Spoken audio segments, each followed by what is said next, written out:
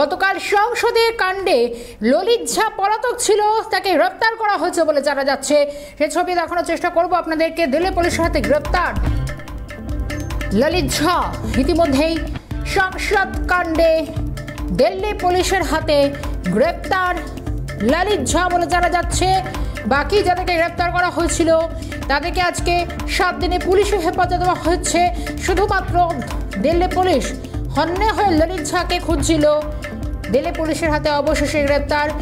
ইন্দ্রাণী দাশগুপ্ত রয়েছেন আমার সঙ্গে। ইন্দ্রাণী, অবশেষে ললিত ঝা পুলিশের জালে, কি জানা যাচ্ছে? দিল্লি পুলিশের স্পেশাল সেল অবশেষে গ্রেপ্তার করলো ললিত ঝাকে এবং এখনো পর্যন্ত প্রাথমিক যে খবর পাচ্ছি দিল্লি থেকেই গ্রেপ্তার করা হয়েছে তাকে। দিল্লি পুলিশের স্পেশাল সেল সারা দেশের সাথে দিল্লির কোথায় কোথায় ললিত ঝা থাকতে পারে তার সন্ধান করছিল আজ সকাল থেকেই এবং পালাজের চিরুনি তল্লাশি করছিল তারা এবং অবশেষে ললিত ঝাকে গ্রেপ্তার করা হয়েছে এবং দিল্লি থেকেই তাকে গ্রেপ্তার করা হয়েছে বলে প্রাথমিকভাবে আমরা জানতে পারছি। ললিত ঝা, যার সাথে বঙ্গ কানেকশন পাওয়া গিয়েছিল, সংসদের ভিতরে যে গ্যাস কাণ্ড অর্থাৎ রঙিন গ্যাস চোরার যে কাণ্ড ঘটিয়েছিল দুজন ব্যক্তি, তার মাস্টার মাইন্ড ছিল ললিত ঝা। দিল্লি পুলিশ সূত্রে এরকমই দাবি। সেই ললিত ঝাকে অবশেষে গ্রেপ্তার করলো দিল্লি পুলিশ। গতকাল থেকে ফেরার ছিলেন তিনি, কিছুক্ষণ আগেই তাকে গ্রেপ্তার করা হয়েছে এবং তাকে দিল্লি থেকে গ্রেপ্তার করেছে দিল্লি পুলিশের স্পেশাল সেল। আমরা এখনো পর্যন্ত প্রাথমিকভাবে এটুকুই জানতে পারছি। এখানে আরো একটু জানার চেষ্টা করি, কারণ তুমি যা বলছো যে প্রাথমিকভাবে যা তুমি জানতে পারছো দিল্লি পুলিশই তাকে গ্রেপ্তার করেছে, কিন্তু এই ঘটনায় তো মূল চক্র হিসেবে এই ললিত ঝা, এই যুবকের নামই উঠে এসেছে। কারণ সকাল থেকে দেখা গিয়েছে যে নীলাক্ষ আইচ নামে যে যুবকের নাম সামনে এসছে, সেও অনেকটা স্পষ্ট করেছে ললিত ঝার সঙ্গে তার যোগাযোগ বা কি কি করতে পারে ললিত, এই বিষয়গুলো স্পষ্ট হচ্ছে। অর্থাৎ এটা থেকে পরিষ্কার হচ্ছে যে ললিত ঝাকে যেভাবে দিল্লি পুলিশ অন্যায় খুঁজছিল, এরপর হয়তো অনেকগুলো রহস্য উন্মোচন হবে যে মূলত এই হামলার মোটিভ কি ছিল। একদমই, দেখো এই হামলার মোটিভ কি ছিল এটা নিয়ে কিন্তু এখনো দ্বন্দ্বে রয়েছে সবাই। পুলিশ সূত্রে এখনো সেভাবে কিছু জানানো না হলে আজকে দিল্লির পাটিয়ালা হাউসকোর্ট যারা গ্রেপ্তার হয়েছে তাদেরকে কিন্তু 7 দিনে পুলিশ রিমান্ডে পাঠিয়েছে। তো যদিও পুলিশের পক্ষ থেকে 14 দিনের রিমান্ড দাবি করা হয়েছিল, কিন্তু মাননীয় বিচারপতি 7 দিনের পুলিশ রিমান্ডে পাঠিয়েছেন যাদের গ্রেপ্তার করা হয়েছে সেই অভিযুক্ত ব্যক্তিদের। কিন্তু কি কারণে তারা এই স্মোক বোম নিয়ে পার্লামেন্টের ভিতরে হামলা চালালো, কি কারণে তারা বাইরেই বা স্মোক বোম দিয়ে এই ধরনের একটা ক্যাওয়াস তৈরি করলো, এই সমস্ত বিষয়টা কিন্তু এখনো স্পষ্ট নয়। মাস্টারমাইন্ড ছিল দিল্লি পুলিশের সূত্রে এরকমই খবর এবং সেই কিন্তু পুরো পরিকল্পনাটা করেছিল। ভগৎ সিং নামে একটা সোশ্যাল মিডিয়া গ্রুপের মাধ্যমে এই ছেলে মেয়েগুলি একসাথে কানেক্টেড ছিল এবং ললিত ঝাই কিন্তু এই ছেলে মেয়েগুলিকে দেশের বিভিন্ন প্রান্ত থেকে দিল্লিতে নিয়ে এসেছিল। এর আগে একবার এরা পার্লামেন্টের ভিতরে বাদল অধিবেশনে এসে এই কি করে অর্থাৎ কোথায় কিভাবে কি হয় সমস্ত বিষয়টা এরা দেখে যায়, তারও পিছনে কিন্তু ললিত ঝায়েরই বুদ্ধি ছিল বলে মনে করছে দিল্লি পুলিশ। এবং এই ঘটনা অর্থাৎ গতকালের এই ঘটনা ঘটার আগেও গুরগাঁওতে যে বিক্রমের বাড়িতে এদের সবাইকে থাকার ব্যবস্থাও কিন্তু ললিত ঝাই করে দিয়েছিল। সুতরাং দিল্লি পুলিশের মতে ললিত ঝাই এই সম্পূর্ণ যে বিষয়টা ঘটনাটা ঘটানো হয়েছে অর্থাৎ আক্রমণের যে বিষয়টা ঘটানো হয়েছে সেই তার পিছনে সম্পূর্ণ প্ল্যানিংটা ছিলেন ললিত ঝা। অর্থাৎ ব্লু প্রিন্ট, হামলার যে ব্লু প্রিন্ট সেটা ললিত ঝারই মস্তিষ্ক প্রসূত এবং তার জন্য তাকেই এই কাণ্ডের মূল চক্রী মনে করছে দিল্লি পুলিশ। অবশেষে তাকে গ্রেফতার করা হয়েছে এবং দিল্লি থেকে দিল্লি পুলিশের স্পেশাল সেল তাকে গ্রেফতার করেছে। প্রাথমিকভাবে আমরা এটুকুই জানতে পারছি। এখানে এখান থেকে আরও একটা বিষয় জানার চেষ্টা করি, কারণ সকাল থেকে দেখা গিয়েছে যেভাবে ললিত ঝার নাম, সব থেকে বড় কথা একটা বঙ্গ কানেকশন একটা ওর সামনে আসছিল, কিন্তু দেখা গেল যে এখানে যেভাবে মাস্টার পরিচয় বা শিক্ষক পরিচয় দিয়ে কলকাতা থাকতেন বড় বাজারে, সব থেকে বড় কথা 4 বছর ধরে গুরগাঁওতে থাকছে। সব থেকে বড় কথা এই যে দিল্লি যোগ এবং দিল্লি পুলিশের হাতে গ্রেপ্তার। আরও একটু বিস্তারিত জানার চেষ্টা করি কিভাবে ললিত ঝার আজকে সন্ধান মিলল, কোথা থেকে তাকে গ্রেপ্তার করা হলো। দেখো এখনো পর্যন্ত প্রাথমিকভাবে দিল্লি পুলিশের পক্ষ থেকে আমাদের কাছে কোনো স্টেটমেন্ট নেই। দিল্লি পুলিশের পক্ষ থেকে এখনো পর্যন্ত যেটা বলা হচ্ছে যে এই যে ললিত ঝা তাকে কিন্তু দিল্লি থেকে গ্রেপ্তার করা হয়েছে এবং তাকে দিল্লি পুলিশের স্পেশাল সেলই গ্রেপ্তার করেছে। অর্থাৎ গতকাল থেকে ললিত ঝা দিল্লির মধ্যেই কিন্তু লুকিয়েছিলেন। তোমাকে জানিয়ে রাখবো আজকে সকালে একটা খবর এসেছিল যে ললিত ঝার লাস্ট ফোন লোকেশন ছিল রাজস্থানে। সুতরাং এখান থেকে থেকে বেশ কিছু প্রশ্ন কিন্তু উঠে আসছে। অর্থাৎ গতকাল তাহলে এই ঘটনার পর ললিত ঝা কি রাজস্থান পালিয়ে গেছিল, সেখান থেকে সে কি আবার আজকে দিল্লি ব্যাক করে আসে, এই সমস্ত প্রশ্নগুলো কিন্তু আমাদের সামনে দাঁড়াচ্ছে, বড় হয়ে উঠছে। কি প্ল্যানিং ছিল ললিত ঝার, কেন সে সংসদের ভিতরে এই ধরনের একটা কাণ্ড ঘটালো, এবং গণতন্ত্রের পীঠস্থান যে সংসদ, সেখানে প্রচন্ড, আমরা সবাই জানি যে সেখানে নিরাপত্তা ব্যবস্থা অত্যন্ত কঠিন এবং কঠোর, সেগুলোকে অতিক্রম করে কিভাবে দুটো ছেলেকে সে একদম লোকসভার ভিতর পর্যন্ত পৌঁছে দিল, এর পিছনে সে কতদিন ধরে কাজ করেছিল, কি তার প্ল্যানিং ছিল, কিভাবে সে এই পুরো প্ল্যানটাকে এক্সিকিউট করেছিল, এই সমস্ত প্রশ্ন কিন্তু ললিত ঝার কাছ থেকেই পাবে দিল্লি পুলিশ মনে করছে। এবং সেই কারণে ললিত ঝাকে গ্রেফতার করার জন্য আজকে কিন্তু দিল্লি সহ বিভিন্ন জায়গাতে প্রায় চিরুনি তল্লাশি চালায় পুলিশ, এবং তারপরেই কিছুক্ষণ আগে, অর্থাৎ বেশ আধ ঘন্টা আগে ললিত ঝাকে গ্রেফতার করেছে, সেই খবর সামনে আসছে। এবং দিল্লি থেকে দিল্লি পুলিশের স্পেশাল সেল তাকে গ্রেফতার করেছে। প্রাথমিকভাবে আমরা এইটুকু জানতে পারছি, এর থেকে বিস্তৃত কিছু দিল্লি পুলিশ সূত্রে আমাদেরকে জানানো হয়নি। তবে ললিত ঝা গ্রেফতার হয়েছে, অর্থাৎ পার্লামেন্টের ভিতরে যে ঘটনা মূল ছিল ললিত ঝা, যাকে নিয়ে আজকে কিন্তু শুধু দেশ নয় বাংলাও উত্তাল ছিল রাজনৈতিক ভাবে, এবং সমস্ত দিক থেকে বাংলাও উত্তাল ছিল। সেই ললিত ঝা অবশেষে গ্রেফতার হলো, দিল্লি পুলিশের স্পেশাল সেল তাকে গ্রেফতার করেছে, এবং দিল্লি থেকে সে গ্রেফতার হয়েছে বলে আমরা জানতে পারছি। এবং খুব স্বাভাবিকভাবে আজকে যেহেতু দিল্লি পুলিশের সাথে গ্রেফতার, এবং আজ রাতে বেশ কিছু বিষয় কিন্তু জিজ্ঞাসাবাদে উঠে আসতে পারে, ইন্দ্রাণী আমাদের নজর সেদিকে থাকবে। ধন্যবাদ জানাই, সঙ্গে ছিলেন টেলিফোন লাইনে ইন্দ্রাণী দাশগুপ্ত। আপনাদের জানাবো সংসদে গতকাল যে ঘটনা ঘটেছে, এবং এই ঘটনায় এখনো পর্যন্ত ললিত ঝা, যাকে দিল্লি পুলিশ সন্দেহে খুঁজছিল, গ্রেফতার হয়েছে বলে কিছুক্ষণ আগে জাস্ট জানা গেছে। যদি এখনো পর্যন্ত দিল্লি পুলিশের তরফ থেকে কোনো রকম বিবৃতি দেওয়া হয়নি, কিন্তু এদিকে এই সংসদ ধোঁয়াকাণ্ডে একটা বঙ্গযোগ সকাল থেকে এই বিষয়টা কিন্তু পরিষ্কার হচ্ছিল, কারণ ললিতের সঙ্গে তাপস রায়ের ছবি এক্সান্ডেলে, এবং এক্সান্ডেলে সেই ছবি পোস্ট সুকান্ত মজুমদারের। গণতন্ত্রের মন্দিরে পরিকল্পনাকারী ললিত ঝা দীর্ঘদিন ধরে তৃণমূল ঘনিষ্ঠ ছিলেন ললিত ঝা।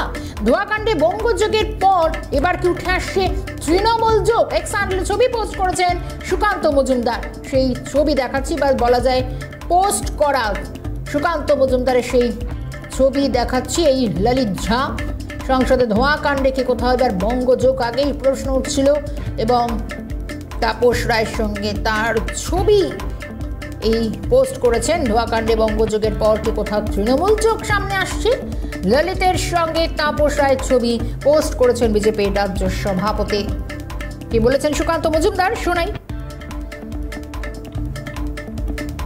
ললিত ঝা এই মুহূর্তে যে নামটি নিয়ে তোলপাড় সারা ভারত, কারণ গতকাল পার্লামেন্টে যে স্মোক বোম অ্যাটাকের ঘটনা ঘটেছিল তার মাস্টারমাইন্ড দিল্লি পুলিশ মনে করছে ললিত ঝাকেই। তার বঙ্গযোগ পাওয়া গেছে, পশ্চিমবঙ্গে তার বাড়ি আছে, এবং সে সাম্যবাদী সুভাষ সভা নামে একটি অর্গানাইজেশনের সাথে দীর্ঘদিন ধরে যুক্ত ছিল। এই ললিত ঝার সাথে কিন্তু তৃণমূল এবং সিপিআইএমেরও একটা যোগ পাওয়া যাচ্ছে। এই বিষয়ে আমরা কথা বলে নেব বঙ্গ বিজেপি সভাপতি সুকান্ত মজুমদারের সাথে। সুকান্ত দা, তৃণমূলের সাথে ললিত ঝার যোগ কি বলবেন? দেখুন, আমরা বিভিন্ন সূত্র মারফত বা মিডিয়ার মাধ্যমে খবর পাচ্ছি যে, এবং ছবিও দেখা যাচ্ছে কিছু, যে সেখানে দেখা যাচ্ছে তৃণমূলের কোনো বিধায়কের সাথে বলা হচ্ছে যে যে ব্যক্তি দাঁড়িয়ে আছে তার নাম ললিত ঝা। কখনো সিপিএমের সাথে তো যোগাযোগ পাওয়াই যাচ্ছে।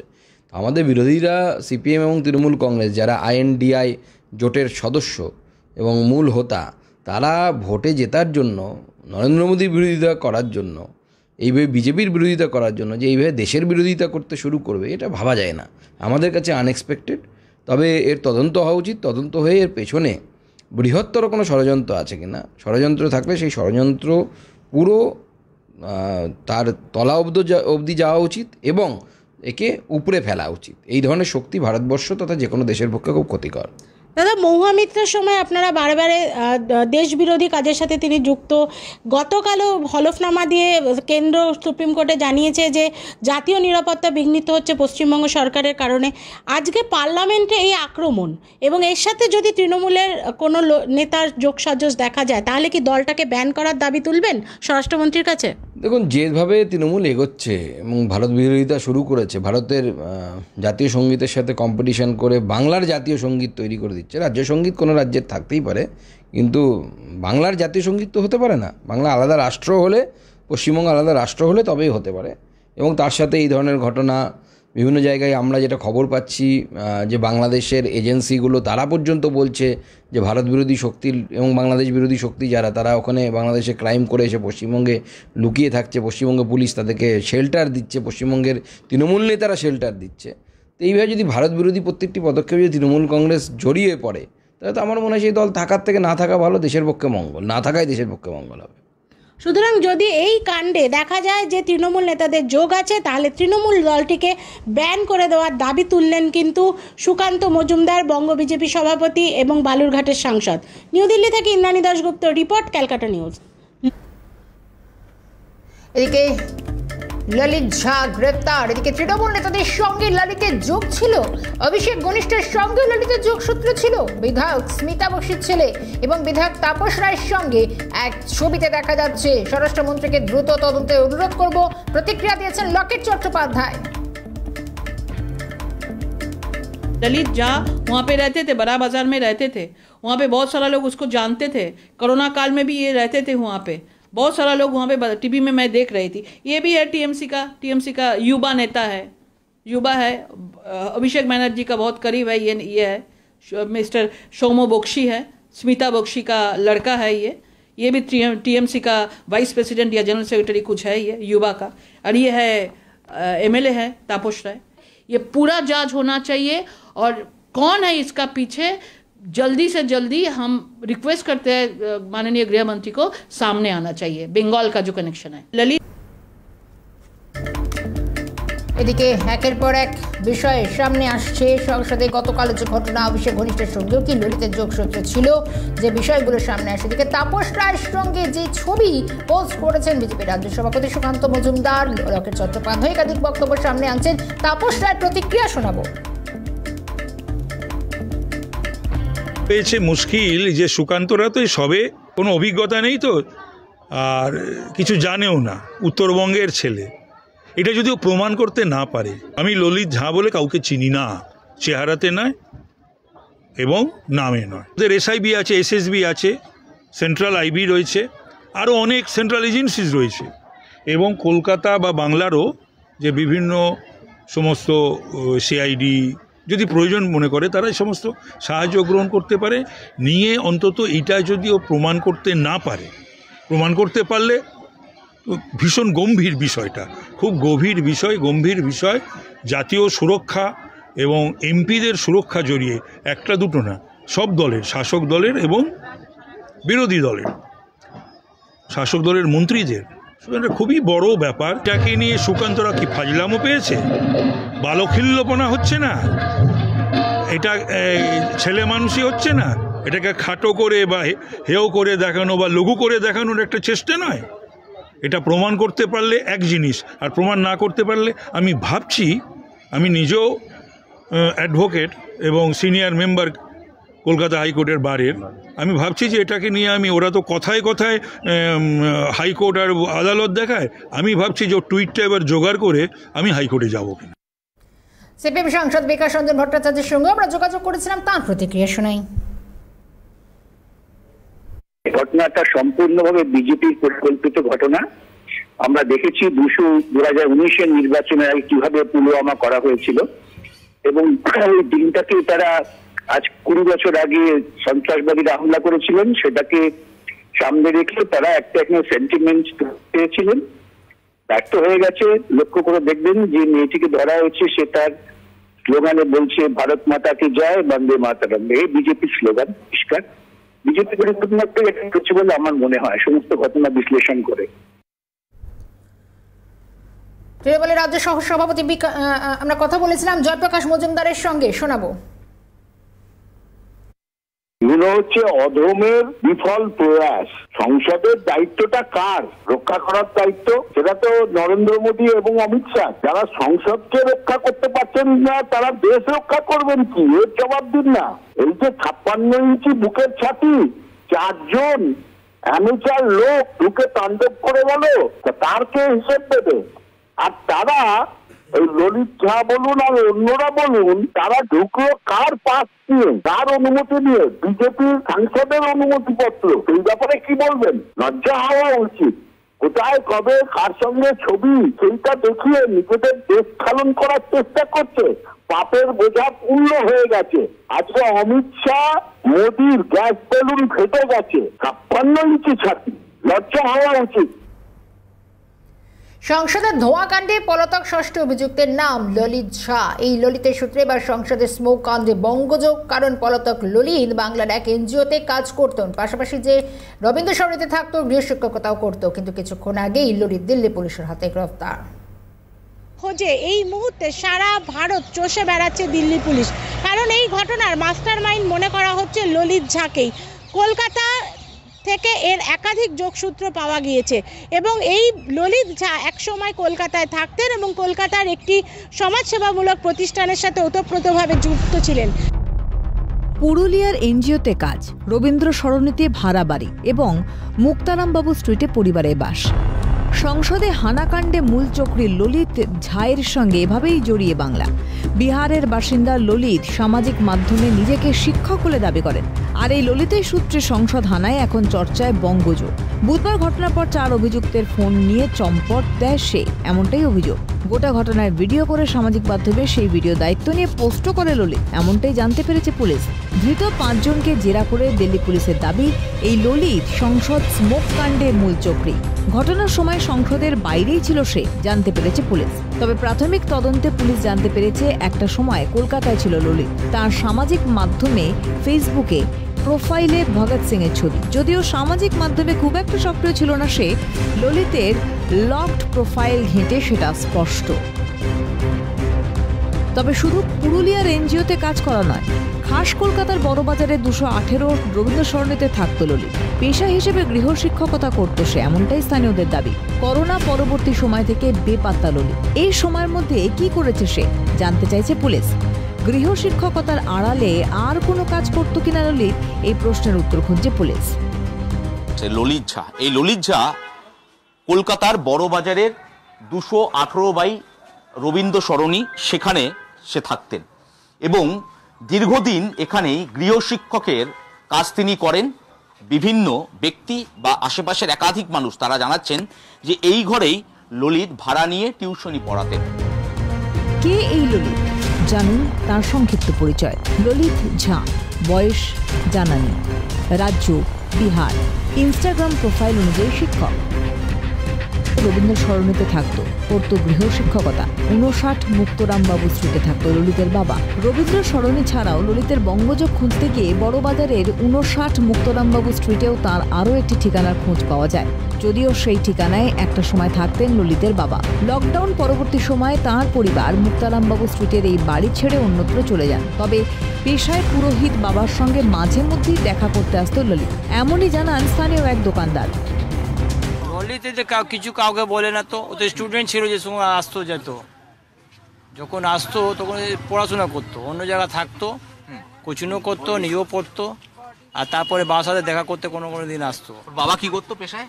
পেশায় ওরা পুজো করতো, বাড়িতে পুজো করে ঘরে ঘরে ঘুরে ঘুরে পুজো করতো।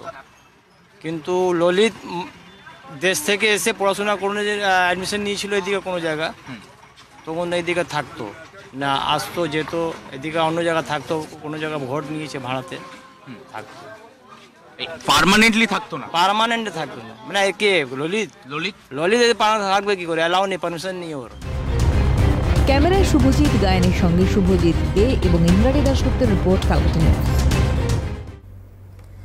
সংসদ কক্ষে ঢুকে হানা এবং এই স্মোক ছড়ানোর অভিযোগে গ্রেফতার 5ম ব্যক্তি বিক্রম। ধৃতদের বিরুদ্ধে ইউএপিএ ধারায় মামলা দায়ের করেছে দিল্লি পুলিশ। এই ঘটনায় 6 জনের জড়িত থাকার তথ্য দিল্লি পুলিশের হাতে এসেছে।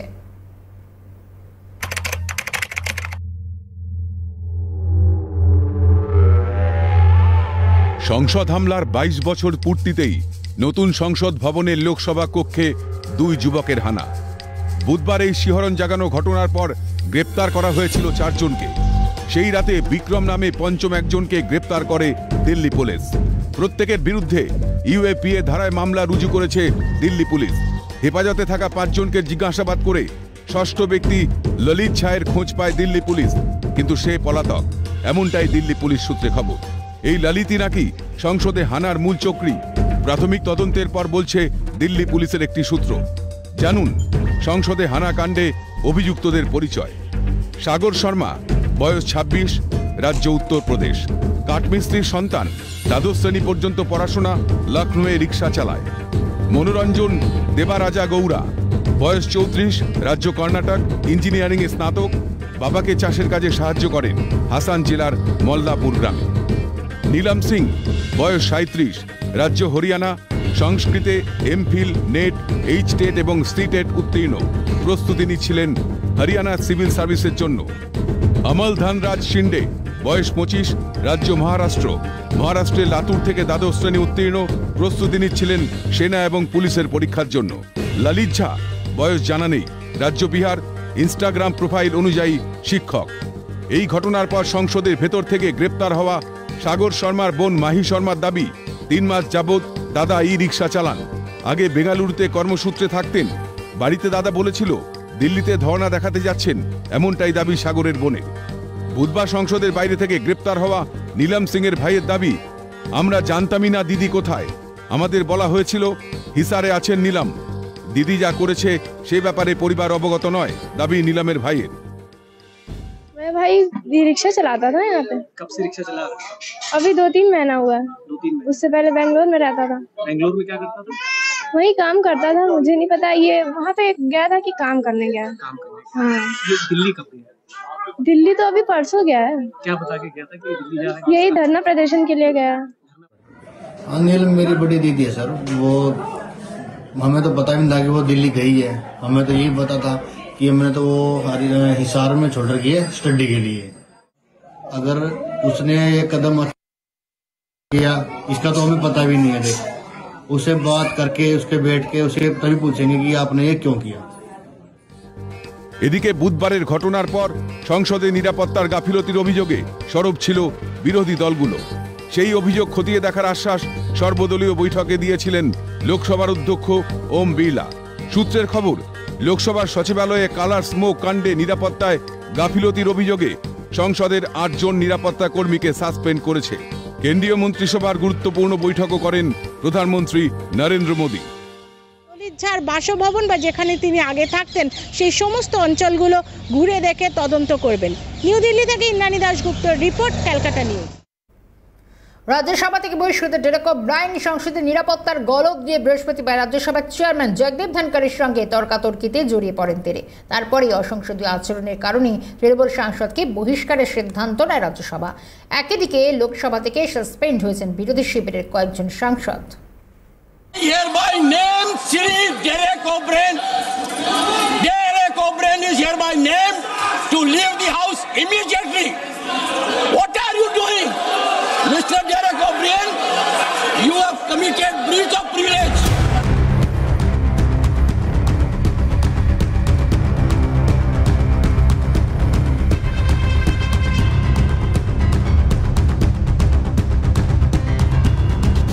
রাজ্যসভা থেকে বহিষ্কৃত ডেরেক ওব্রায়েন সংসদে নিরাপত্তার গলদ নিয়ে বৃহস্পতিবার রাজ্যসভার চেয়ারম্যান জগদীপ ধনকরের সঙ্গে তর্কাতর্কিতে জড়ান তিনি। তারপরেই অসংসদীয় আচরণের কারণে তৃণমূল সাংসদকে বহিষ্কারের সিদ্ধান্ত নেয় রাজ্যসভা। গোটা শীতকালীন অধিবেশন থেকেই সাসপেন্ড করা হয়েছে তাকে। উল্লেখ্য, চলতি বছরের বাদল অধিবেশনেও সাসপেন্ড হয়েছিলেন তৃণমূল সাংসদ। তবে পরে আবার তাকে অধিবেশনে ফিরিয়ে আনেন উপরাষ্ট্রপতি। সংসদ ভবনে স্মোক ক্যান হামলাকাণ্ডে সরব হতে দেখা যায় ডেরেককে। ওয়েলে নেমে বিক্ষোভ দেখান তিনি। রাজ্যসভার চেয়ারম্যান জগদীপ ধনকর তাকে নিজের আসনে বসার অনুরোধ করলেও তিনি তা অগ্রাহ্য করেন। পরবর্তীতে তর্কাতর্কিতে জড়িয়ে পড়েন তিনি, যার জেরে নিজের আসন ছেড়ে উঠে তৃণমূল সাংসদকে ভবন ছেড়ে বেরিয়ে যাওয়ার নির্দেশ দেন রাজ্যসভার chairman.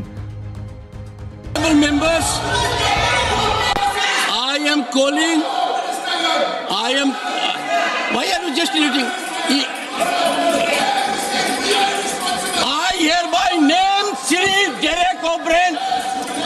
Derek O'Brien is hereby named to leave the house immediately. What are you doing, Mr. Derek O'Brien? You have committed breach of privilege. Mr. Derek O'Brien to leave the house immediately. ডেরেকের পাশাপাশি এদিন লোকসভা থেকে বহিষ্কৃত হন বিরোধী শিবিরের বেশ কয়েকজন সাংসদ। সংসদের শীতকালীন অধিবেশন থেকে আজ সাসপেন্ড হলেন মোট 15 জন সাংসদ। লোকসভায় প্রথম পর্বে 5 জন এবং পরে 9 জন কংগ্রেসের সাংসদকে সাসপেন্ড করেন অধ্যক্ষ ওম বিড়লা। রাজ্যসভার শুরুতেই আজকে সাসপেন্ড হন তৃণমূলের রাজ্যসভার দলনেতা ডেরেক ওব্রায়েন। ডেরেকের বহিষ্কারের ঘটনায় পারদ চড়েছে বঙ্গ রাজনীতিতে। ঘটনায় বিজেপির দিকেই অভিযোগের আঙুল তুলেছে ঘাসফুল শিবির। সাসপেনশনটা ওদের মুড়ি মুড়কির মতন হয়ে গেছে। আমি নিজে 3 বার সাসপেন্ড হয়েছি, আজকে ডেরেকেরটা অফিসিয়াল হয়ে গেলে ও 3 বার হয়ে যাবে, তো আমাদের সাসপেনশনে হ্যাট্রিক হয়ে যাচ্ছে। House belongs only to BJP. BJP এমপিরাই শুধুমাত্র থাকবে, কারণ অল ইন্ডিয়া তৃণমূল কংগ্রেসের একজন এমপিকে এক্সপেল করে দেওয়া হলো, বহিষ্কার করে দেওয়া হয়েছিল কিছুদিন আগে লোকসভা থেকে, আর আজকে 15 জনকে সাসপেন্ড করে দেওয়া হয়েছে। ওকে তাড়িয়ে দেওয়া হলো, যার প্রমাণ নেই, যে শুধু পাসওয়ার্ড দিয়েছে আর যে পাস দিয়ে দুষ্কৃতীদের ঢুকিয়েছে, জঙ্গি কায়দায় কাজ করা দুষ্কৃতীদের ঢুকিয়েছে, তার বিরুদ্ধে ব্যবস্থা নেওয়া হলো না। তার প্রতিবাদে আমাদের ডেরেক ওব্রায়েন সহ 15 জন বিরোধী সাংসদের তাদের সাসপেন্ড করে দেওয়া হলো। এটা কোন দেশি বিচার? সংসদীয় রীতির বাইরে গিয়ে কিছু করলে তাকে বহিষ্কৃত হতে হয়, মত আইএসএফ বিধায়ক নওশাদ সিদ্দিকীর। সংসদীয় রীতিনীতি আছে, ওই রীতিনীতির বাইরে গিয়ে যদি কেউ আচরণ করে, সে তৃণমূলের এমপি হতে পারে বা অন্য কোনো দলের এমপি হতে পারে, তাকে বহিষ্কার করার, তাকে সাসপেন্ড করার সর্বোচ্চ এখতিয়ার থাকে। পাল্টা আক্রমণে গেরুয়া শিবির। দিদির কাছে নম্বর বাড়াতে এই কৌশল প্রতিক্রিয়া বিজেপির রাজ্য সভাপতি সুকান্ত মজুমদারের। প্রত্যেকবারই সাসপেন্ড হবে ওনার ইচ্ছে, তাই দিদির কাছে নাম্বার বাড়ানোর চেষ্টা করছে শুধুমাত্র। বিরোধী দলনেতা আসনে বসেই সাসপেন্ড হন। ডেরেকের বহিষ্কার ইস্যুকে কটাক্ষ করে মন্তব্য রাজ্যের বিরোধী দলনেতা শুভেন্দু অধিকারীর। বিরোধী দলনেতা সিটে বসে সাসপেন্ড হন, আর ওএলএনএমএস সাসপেন্ড হয়েছে। দাদা সংসদ কেমন লাগে? নজর ঘোরাতে এই কাজ করছে তৃণমূল নেতারা, মত বিজেপি মুখপাত্র শ্রমিক ভট্টাচার্যের। যেভাবে ডেরেক ওব্রায়েন আজকে ওএলএনএমএ প্রতিবাদ করলেন, ডেরেক ওএলএনএমএ প্রতিবাদ করাটাও একটা পদ্ধতি, কিন্তু পুরো ব্যবস্থাটাকে স্তব্ধ করে দেওয়ার উদ্দেশ্য হচ্ছে একটাই, আসল ইস্যু থেকে, নিজেদের প্রাতিষ্ঠানিক লুট দুর্নীতি থেকে, এবং সর্বোপরি এই তদন্তে কলকাতার নাম উঠে আসা, কলকাতায় বিভিন্ন নেতাদের সঙ্গে ছবি নিয়ে যাতে ভবিষ্যতে বিতর্ক না হয়, সেই জন্য নজর ঘোরানোর একটা আপ্রাণ চেষ্টা চালিয়ে যাচ্ছে তৃণমূল। অসভ্যতা আমি বরদাস্ত নয়, প্রতিক্রিয়া বিজেপি বিধায়ক অগ্নিমিত্রা পালের। ডেরেক ওব্রায়েনকে সাসপেন্ড করা হয়েছে, বেশ করা হয়েছে, কারণ অসভ্যতা আমি আমরা বরদাস্ত করব না। সংসদে স্মোক ক্যান কাণ্ডে যখন কলকাতার নাম জড়িয়েছে, অভিযুক্তের সঙ্গে রাজ্যের শাসক দলের নেতাদের ছবি দেখা যাচ্ছে, সেখানে তৃণমূলের এই আচরণ কি উদ্দেশ্যপ্রণোদিত? প্রশ্নটা থেকেই যাচ্ছে। ইন্দ্রাণী দাশগুপ্তের রিপোর্ট, ক্যালকাটা নিউজ। রিজার্ভ ব্যাংকের সামনে চলছে 2000 টাকার নোট বদলানোর অসাধু কারবার। বাংলায় কাজ নেই, তাই পেটের তাগিদে বেছে নিচ্ছেন এই অসৎ পথ। সিএনএর ক্যামেরার সামনে স্বীকারোক্তি আমজনতার। প্রশ্নের মুখে শিল্প এবং বিনিয়োগ নিয়েও তৃণমূল সরকারের দাবি। 2000 টাকার নোট থাকলে তা বদল করতে হবে সংশ্লিষ্ট ব্যাংকে, জানিয়েছিল দেশের শীর্ষ ব্যাংক। শীর্ষ ব্যাংকের বেঁধে দেওয়ার সময় পার, তাই এবার রিজার্ভ ব্যাংকের সামনে নোট বদলানোর ভিড়। বুধবার রিজার্ভ ব্যাংকের সামনে কয়েকশো মানুষের লাইন চোখে পড়ে। বৃহস্পতিবারও সেই একই চিত্র ধরা পড়ল সিএনএর ক্যামেরায়। এগিয়ে বাংলার বদলে নিঃস্ব বাংলার চিত্র পরপর দুদিন উঠে এলো সিএনএর ক্যামেরায়। ঢাকঢোল পিটিয়ে বিশ্ববঙ্গ বাণিজ্য সম্মেলনী সার, বাংলায় কর্মসংস্থানের আসল চিত্র ধর্মতলার ধর্ণা মঞ্চে আর রিজার্ভ ব্যাংকের সামনে নোট বদলানোর লাইনে খোঁচা বিরোধীদের। বৃহস্পতিবার ভয়ে অনেকে ক্যামেরার সামনে মুখ না খুললেও অনেকে আবার বলছেন পেটের তাগিদেই তারা কমিশনের বিনিময়ে নোট বদলানোর লাইনে দাঁড়িয়ে। নোট বদলানোর এই দীর্ঘ লাইনে রয়েছেন বহু মহিলাও।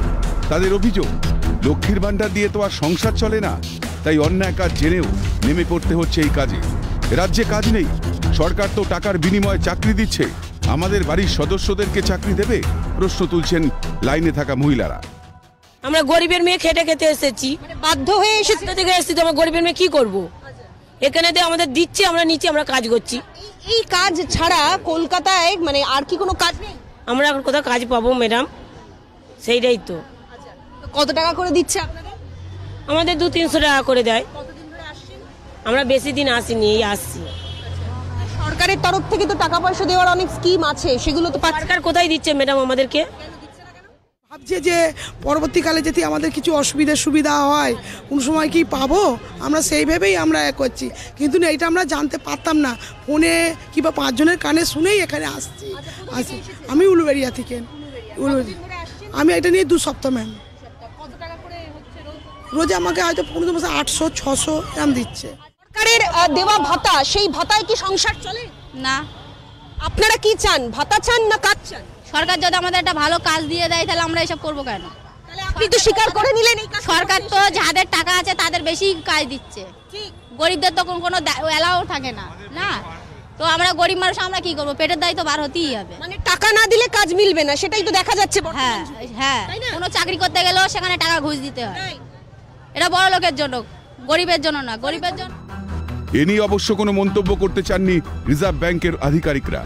এখানেই প্রশ্ন উঠছে যে বাংলার কর্মসংস্থানের অবস্থা কি এতটাই বেহাল যে সাধারণ গৃহবধূকেও শুধুমাত্র পেট চালানোর জন্য এই অন্যায় কাজ করতে হচ্ছে? মুখ্যমন্ত্রী প্রায় দাবি করে থাকেন বাংলায় কাজের কোনো অভাব নেই, তাহলে সাধারণ মানুষ সামান্য টাকার বিনিময়ে নোট বদলানোর এই কাজ কেন করছেন? এটাই কি এগিয়ে বাংলা, না বাংলা আদতে নিঃস্ব? প্রশ্ন ওয়াকিবহল মহলের। করছেন কেন? সত্যিই কি বাংলার এত দূর? আমাদের কাজ নেই, কি করব? কাজ পাচ্ছি না, কি করব? আপনি কি কাজ করেন? কিছু নেই। কিছু করেন না? কোথায় থাকেন আপনি? আমি খিদিরপুরে থাকি। খিদিরপুরে থাকেন। এই যে কাজটা হচ্ছে, মানে যেটা আপনি কাজ করছেন, পার ডে কত করে আপনার রোজগার? আমার 200 টাকা দিচ্ছে। 200 টাকা হচ্ছে। তাহলে বলুন তো, একটা রাজ্যের এই অবস্থা, এত মানুষ বেকার, আপনারা তো জানেন এটা অন্যায় কাজ, তবু না খেতে পারলে তো পেট তো মানবে না। না কেন ভয় লাগবে? আমরা তো মানে টাকা ভাঙাচ্ছি তো। না, কথাটা হচ্ছে এই টাকাগুলো কার টাকা, কোথা থেকে আসছে? যদি অসৎ উপায়ে উপার্জিত টাকা হয় তাহলে তো আপনি আপনার পরিচয়পত্র দিচ্ছেন, সমস্যায় তো আপনি পড়তে পারেন ভবিষ্যতে, তাই না? সেটা তো বলতে পারবো না। কারণ সত্যি বাংলার মানুষের হাতে কাজ নেই, শয়ে শয়ে বাংলার মানুষ বেকার। তারা বলছেন যে চাকরির জন্য টাকা না দিলে চাকরি মেলে না, আর সেই চাকরি শুধুমাত্র বড় লোকেদের জন্যই। আর তার ফলস্বরূপ নিতান্ত বাধ্য হয়ে গ্রাম বাংলার গৃহবধূ থেকে শুরু করে বেকার পুরুষ, তারা প্রত্যেকেই এই কাজে নেমেছেন শুধুমাত্র কটা টাকার জন্য। ক্যামেরা দীপ্ত চক্রবর্তীর সঙ্গে অভিরূপা সাহা, ক্যালকাটা নিউজ, কলকাতা। কাজ দেওয়ার নামে প্রতারণা, মহিলাদের কাছ থেকে লোনের টাকা আত্মসাতের অভিযোগ। প্রতারণার অভিযোগ উঠল স্বেচ্ছাসেবী সংস্থার কর্ণধারের বিরুদ্ধে।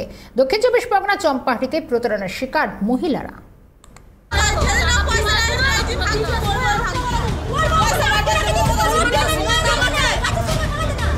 মহিলাদের স্বনির্ভর করার নামে নয়া প্রতারণা চক্রের পর্দাফাঁস। কাজের টোপ দিয়ে কোটি কোটি টাকা আত্মসাৎ, স্বনির্ভর করার নাম করে প্রান্তিক গরিব মহিলাদের প্রতারণা করছে এক স্বেচ্ছাসেবী সংস্থা। অভিযোগ সংস্থার কর্ণধার বেণুমাধব মুখোপাধ্যায়ের বিরুদ্ধে। দক্ষিণ 24 পরগনা চম্পাহাটি সোনারপুরে বেশ কয়েকজন মহিলা এই প্রতারণা চক্রে সর্বশান্ত হয়েছেন। উজ্জ্বল বাংলার অধীনে প্রায় 150টা এরকম গ্রুপ তৈরি করেছিলেন এই বেণুমাধব মুখার্জি, এবং তিনি তাদের এই 150টা গ্রুপের 6 জন করে প্রায় 900 জন মেম্বার, প্রত্যেকের নামে প্রায় 30,000 টাকা, আবার কারো কারো নামে পরবর্তীকালে আরো 15,000 টাকা করে লোন করা হয়েছিল। এরকম অনেক মহিলা রয়েছে যাদের নামে প্রায় 45,000 টাকা করেও লোন করা হয়েছে। প্রায় কয়েক কোটি টাকা এভাবেই কিন্তু লোনের মাধ্যমে এই সমস্ত মহিলাদেরকে সর্বশান্ত করে পুরো টাকা আত্মসাৎ করেছে এই উজ্জ্বল বাংলা নামক এই সংস্থা, যেটাকে তিনি সামনে থেকে এনজিও বলে দাবি করেছেন এই সমস্ত মহিলাদের কাছে। অভিযোগ 6 জন মহিলাকে নিয়ে তৈরি করা হয়েছিল গ্রুপ। কাগজের প্লেট তৈরি করার জন্য মেশিন দেওয়ার নামে ওই মহিলাদের ব্যাংক থেকে লোন করানো হতো। মাথাপিছু 30,000 টাকা করে এক একটি গ্রুপ পিছু 1,80,000 টাকা করে লোন তুলে দেয় সংস্থাকে। কিন্তু লোনের পর কাজ তো দূরস্থ, কিস্তির টাকাও দেওয়া হতো না বলে অভিযোগ। তোমাদের একটা মেশিন দেবো, থালা তৈরি করার মেশিন, যার কারণে আমাদের অন্য জায়গা থেকে লোনের ব্যবস্থা করিয়ে দিয়েছিল। আমরা প্রত্যেকে 6 জন গ্রুপ আছি, 6 জনের 30,000 টাকা করে লোন নিয়েছিলাম, নিয়ে ওনাদের হাতে তুলে দিয়েছি। দেওয়ার পরে আমাদের কোনো কাজও দেয়নি, ওনাদেরকেই দিয়েছিলাম, বলেছিল যে যতদিন না কাজ মানে দেবো আমরা কিস্তি শোধ করবো। কিন্তু ওনারা কিছুদিন কিস্তি দিয়েছে, তারপর থেকে আমাদের কিস্তি আটকে দিয়েছে। 10 মাস পড়েছে, 10 মাস 11-12 মাস পর থেকে আমরা জানতে পেরেছি যে আমাদের সাথে এরকম চিটফান্ড হচ্ছে। কানতে যাই তখন বলবে বাবু আজকে এসো না, কালকে এসো, কালকে এসো না, পরশু এসো। তখন বলবে যে পুলিশ আমাদের, তোমরা পুলিশের ভয় দেখাচ্ছ, পুলিশ আমাদের কিচ্ছু করতে পারবে না। কোনো বড় কোনো হাত আছে, নাহলে এত বড় সাহস পাচ্ছে বাড়ি বাড়ি। প্রশাসন যাতে সাহায্য করে সেই জন্য আমাদের সভাপতি এবং সম্পাদক গিয়েছিলেন, সেক্ষেত্রে সেইভাবে তো ওরা নড়ে চড়ে বসেনি। মহিলারা থানা থেকে স্থানীয় বিধায়কের দ্বারস্থ হলেও কোনো সুরাহা পাননি বলে অভিযোগ। বাধ্য হয়ে ওই সংস্থার অফিস ঘেরাও করেন মহিলারা। মহিলাদেরকে একটা প্রলোভন দিয়ে গ্রুপ করে এবং গ্রুপ করে প্রায় এক একটা গ্রুপে 10 জন 15 জন করে গ্রুপ করে। এবার গ্রুপ করে তাদের সাথে নানা রকম কাজের প্রলোভন দিয়ে ওদেরকে সব ডকুমেন্টস নিয়ে ব্যাংক থেকে লোন করায়। যে লোন হোল্ডার তাকে লোনটা তার লাইবিলিটি তার ঘাড়ে থেকে যায়, এবার না দেয় কাজ আর না দেয় কোনো কিছু আর লোনটা ওদের ঘাড়ে থেকে যায়। অফিসার বলে গিয়েছে যে না আমরা আমার অফিসে বসে এবং আলোচনাও করে গিয়েছে যে ঠিক আছে এদেরকে টাকা ফেরত দেওয়া হোক এবং সেইভাবে লেখালেখি করে টাকা ফেরত দেবে এই কথা হয়েছে। কালকের 11,000 টাকা রীতিমতো ফেরতও দিয়েছে। তবে নিজের বিরুদ্ধে ওঠা সমস্ত অভিযোগ অস্বীকার করেছেন সংস্থা কর্ণধার বেনু মাধব মুখোপাধ্যায়। বর্তমানে সংস্থার আর্থিক পরিস্থিতি খারাপ হওয়ার জন্য ব্যাংকের কাছ থেকে কিছু সময় চেয়ে নেওয়া হয়েছে বলে জানিয়েছেন সংস্থা কর্ণধার। বিভিন্ন গ্রুপে বিভিন্ন কিস্তির টাইম থাকে, যেমন কারোর 18 মাসের থাকে, কারোর 24 মাসের থাকে। বেশিরভাগ ক্ষেত্রে দেখুন কারো 18 মাস, কারো 20 মাস আমরা ইএমআই টেনে এসেছি। অফিস কিন্তু যা কমিটমেন্ট করেছে পুরোটাই রেখেছে, তার সমস্ত এভিডেন্স তার জন্য আমার এভিডেন্স আছে। তারা এই কথা কালকেও সে স্বীকার করে গেছে যে হ্যাঁ সেখানে 18টা 24 মাসের মধ্যে 24 মাসের মধ্যে 18টা ইএমআই দেওয়া হয়ে গেছে। ক্লিয়ার করা আছে ইএমআই। আর তারপরে তাহলে অক্টোবর, নভেম্বর, ডিসেম্বর, জানুয়ারি এই 4 মাসের কোর্ট অর্ডার আমাদের নেওয়া আছে। কি 4 মাস টাইম নিয়েছে? হ্যাঁ 4 মাস কোর্টের তরফ থেকে ব্যাংকের কাছ থেকে টাইম নেওয়া আছে। এই যে আমাদের প্রত্যেকটা কোর্ট অর্ডার, হাইকোর্টের অর্ডার আমাদের কাছে জেরক্স গুলো রয়েছে, অরিজিনাল গুলো ব্যাংকে দিয়ে দেওয়া হয়েছে। তাহলে ব্যাংকের লোক যাচ্ছে কেন বাড়িতে প্রতি মাসে? ব্যাংকের লোক ওদের একটা ফর্মালিটিস থাকে, শুধু ফটো তুলে চলে এসে কোনো হেনস্থা করেনি। বিষয়টি নজরে এসেছে, প্রতারক ও তাঁর সংস্থার বিরুদ্ধে ব্যবস্থা নেওয়া হবে বলে আশ্বাস কালিকাপুর 1 নম্বর গ্রাম পঞ্চায়েত উপপ্রধানের। আমরা না জানতে পারি আমরা তো ব্যবস্থা নিতে পারি না। এখন জেনেছি আমরা খুব তাড়াতাড়ি আমরা আমাদের এমএলএ ম্যাডামের সাথে কথা বলবো এবং পুলিশ প্রশাসনের সাথে আমরা কথা বলে পূর্ণাঙ্গ তদন্ত করে ব্যবস্থা গ্রহণের জন্য বলবো। কোটি কোটি টাকা আত্মসাৎ করেও বহাল তবিয়তে এলাকায় ঘুরে বেড়াচ্ছেন প্রতারক, অথচ তার বিরুদ্ধে এখনো কোনো ব্যবস্থা নিচ্ছে না প্রশাসন। যে সমস্ত গ্রুপের মহিলারা যাদের নামে লোন উঠেছে সেই লোনের কিস্তি তারা কিন্তু আবার পরিশোধ করবেন, কিন্তু এই পরিস্থিতির মাঝখানে দাঁড়িয়ে কেন বা এই বিতর্ক তৈরি হলো বা এই গ্রুপের মহিলারাই বা কেন বঞ্চিত করার অভিযোগ তুলছেন সেই প্রশ্ন কিন্তু থেকেই যাচ্ছে। ক্যামেরায় সঞ্জীব চক্রবর্তীর সঙ্গে মফিজুল ইসলাম, ক্যালকাটা নিউজ, দক্ষিণ 24 পরগনা। রেশন দুর্নীতি কাণ্ডে চার্জশিটের পর প্রেস বিজ্ঞপ্তি জারি ইডির। সংস্থা জারি করে বিজ্ঞপ্তির ছত্রে ছত্রে মন্ত্রী জ্যোতিপ্রিয় মল্লিক এবং ব্যবসায়ী ওয়াকিবুর রহমানকে কাঠগড়ায় তোলা হয়েছে। প্রায় 3 কোটি টাকা বাজেয়াপ্ত করা হয়েছে প্রেস বিজ্ঞপ্তিতে দাবি ইডির। মন্ত্রী গ্রেপ্তারির 45 দিন পর এই দুর্নীতি তদন্তে জ্যোতিপ্রিয় এবং ওয়াকিবুরকে কাঠগড়ায় তুলে চার্জশিট জমা ইডির। চলতি সপ্তাহেই রেশন দুর্নীতি কাণ্ডে 100 পাতার বেশি চার্জশিট জমা করেছে ইডি। চার্জশিটের ছত্রে ছত্রে মন্ত্রী জ্যোতিপ্রিয় মল্লিক এবং তার ঘনিষ্ঠ ব্যবসায়ী ওয়াকিবুর রহমানকে কাঠগড়ায় তুলেছে কেন্দ্রীয় সংস্থা। ওয়াকিবুর ঘনিষ্ঠদেরও নাম রয়েছে ইডি চার্জশিটে। 100 কোটি টাকারও বেশি দুর্নীতি রেশন কাণ্ডে উল্লেখ চার্জশিটে। এমনকি এই দুর্নীতিকে মদত দিয়ে আর্থিকভাবে লাভবান মন্ত্রী জ্যোতিপ্রিয় চার্জশিটে দাবি করে ইডি। তার প্রশ্রয়ে বেড়েছেন মিল মালিক ওয়াকিবুর রহমান, এমনটাই বলছে চার্জশিট। এবার রেশন বন্টন দুর্নীতি মামলায় প্রেস বিজ্ঞপ্তি জারি ইডির। প্রেস বিজ্ঞপ্তিতেও চাঞ্চল্যকর তথ্য ইডির হাতে। অভিযোগ, রেশন দুর্নীতির টাকা সরাতে মন্ত্রী জ্যোতিপ্রিয় মল্লিক তার স্ত্রী এবং মেয়ের নামে টার্ম ডিপোজিট খুলেছিলেন। প্রায় 58টি ব্যাংক অ্যাকাউন্ট খোলা হয়েছিল। অ্যাকাউন্টে 2,89,00,000 টাকা রাখা হয়েছিল। এই টাকা বাজেয়াপ্ত করেছে ইডি। আর কি লেখা ইডির প্রেস বিজ্ঞপ্তিতে? ভুয়ো কৃষকদের নামে কেনা হয়েছে ধান। এই বেনিয়মে হাত ছিল রাইস মিল মালিক ওয়াকিবুর রহমানের। আত্মীয় এবং মিল কর্মীদের ভুয়ো কৃষক সাজিয়ে ন্যূনতম সহায়ক মূল্য বকলমে ঘরে তুলতেন ওয়াকিবুর। এমনকি তদন্তে উঠে এসেছে মন্ত্রী জ্যোতিপ্রিয় মল্লিকের নামে থাকা একাধিক সংস্থায় বিনিয়োগ হয়েছে দুর্নীতির অর্থ। ওয়াকিবুর এবং জ্যোতিপ্রিয় দুজনেই জেল হেফাজতে রয়েছেন, তদন্ত চলছে। এদিকে জ্যোতিপ্রিয় মল্লিক শারীরিকভাবে অসুস্থ, হাসপাতালে ভর্তি। যদি আদালত প্রয়োজন মনে করে তাহলে জ্যোতিপ্রিয় মল্লিকের ভার্চুয়াল মাধ্যমে হাজিরা হবে, নতুবা নয়। জ্যোতিপ্রিয় মল্লিককে আদালতে ফের 2রা ফেব্রুয়ারি 2024 তোলা হবে।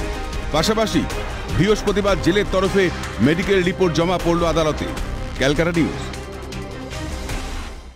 জ্যোতিপ্রিয় মল্লিক ভর্তি রয়েছেন এসএসকেএম উডবান ওয়ার্ডে, সেখানে ইডির কড়া নিরাপত্তা। ইডি দেখা করতে দিচ্ছে না বলে অভিযোগ করে হাইকোর্টে পাল্টা মামলা দায়ের জ্যোতিপ্রিয় মল্লিকের পরিবারে। উত্তর জানাতে সময় চাইছে পাল্টা ইডি। এসএসকেএম এর উডবান ওয়ার্ড, দুই দুর্নীতির দুই অভিযুক্ত ভর্তি রয়েছেন এখানে। নিয়োগ দুর্নীতিতে অভিযুক্ত কালীঘাটের কাকু এই ওয়ার্ডেই ভর্তি, আর তারই নতুন প্রতিবেশী হয়েছেন রেশন দুর্নীতিতে অভিযুক্ত জ্যোতিপ্রিয় মল্লিক। তাই উডবান ওয়ার্ডে এখন ইডির কড়া পাহারা।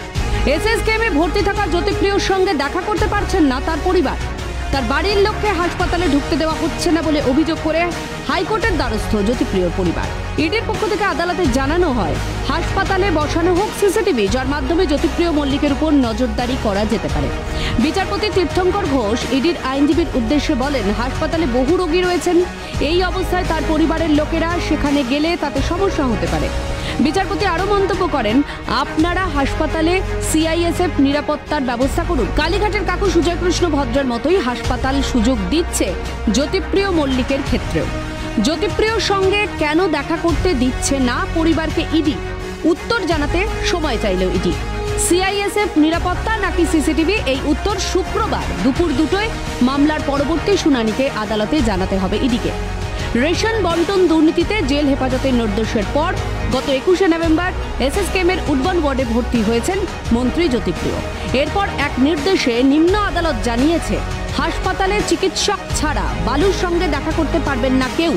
এর পাশাপাশি কালীঘাটের কাকুর উপর নজর রাখতে একটা কেবিন পরেই নজরদারিতে রয়েছেন কেন্দ্রীয় বাহিনীর জওয়ান ও ইডির গোয়েন্দারা। ফলে বালুর সঙ্গে দেখা করতে পারছেন না কেউ, তাই আদালতের কাছে দেখা করার আবেদন বালুর পরিবারের। অভিরূপা হাজরার রিপোর্ট, ক্যালকাটা নিউজ। বছর ঘুরে দেশে লোকসভা নির্বাচন, ইতিমধ্যে বাংলার শাসক থেকে বিরোধী সব রাজনৈতিক দলের নির্বাচনের প্রস্তুতি শুরু করে দিয়েছে। এই আবহে রাজ্য মন্ত্রিসভায় ফের রদবদলের সম্ভাবনা। বছর ঘুরলেই দেশে লোকসভা নির্বাচন, ইতিমধ্যে বাংলার শাসক থেকে বিরোধী সব রাজনৈতিক দলের নির্বাচনের প্রস্তুতি শুরু করে দিয়েছে। এই আবহেই রাজ্য মন্ত্রিসভায় ফের রদবদলের সম্ভাবনা তৈরি হয়েছে বলেই নবান্ন সূত্রে খবর। রাজ্য প্রশাসন সূত্রে খবর, চলতি সপ্তাহেই রাজ্য মন্ত্রিসভায় হতে পারে ছোটখাটো রদবদল। 17 ডিসেম্বর দিল্লি যাচ্ছেন মুখ্যমন্ত্রী, তার আগেই মন্ত্রিসভায় রদবদলের সম্ভাবনা। পূর্ণমন্ত্রী থেকে প্রতিমন্ত্রী, একাধিক নতুন মুখকে সামনে এনে মমতা চমক দিতে পারেন বলেই মনে করা হচ্ছে। রেশন দুর্নীতি কাণ্ডে নাম জড়িয়ে গ্রেপ্তার হয়েছেন রাজ্যের বনমন্ত্রী জ্যোতিপ্রিয় মল্লিক। গ্রেপ্তারের পরেও তাকে মন্ত্রীর পদেই বহাল রাখেন মমতা, জানিয়ে একাধিকবার সরব হতে দেখা গিয়েছে বিরোধীদের। ঘরে বাইরে চাপের মুখে পড়ে এবার তাকে মন্ত্রীর পদ থেকে সরাতে চলেছেন মুখ্যমন্ত্রী। মন্ত্রিসভার বৈঠকে বন দপ্তরের দায়িত্ব রাষ্ট্রমন্ত্রী বীর বাহা হাঁসদাকে দিয়েছেন মমতা। আসন্ন রদবদলে তাকে পূর্ণমন্ত্রী করা হতে পারে বলে জল্পনা রয়েছে। শিল্প পুনর্গঠন দফতরও জ্যোতিপ্রিয় মল্লিকের হাতে ছিল। শিল্পমন্ত্রী শশী পাঁজাকে অতিরিক্ত হিসেবে এই দপ্তরের দায়িত্ব দেওয়া হতে পারে। অন্যদিকে পর্যটন দপ্তরের স্বাধীন দায়িত্বপ্রাপ্ত মন্ত্রীর পদে রয়েছেন ইন্দ্রনীল সেন, তাকে পর্যটন দপ্তরের পূর্ণমন্ত্রী করা হতে পারে বলে মনে করা হচ্ছে। পাশাপাশি মন্ত্রিসভায় ঠাঁই হতে পারে দুজন নতুন মুখের। অঙ্কের হিসেবে পশ্চিমবঙ্গের মন্ত্রিসভায় 44 জন মন্ত্রী থাকতে পারেন।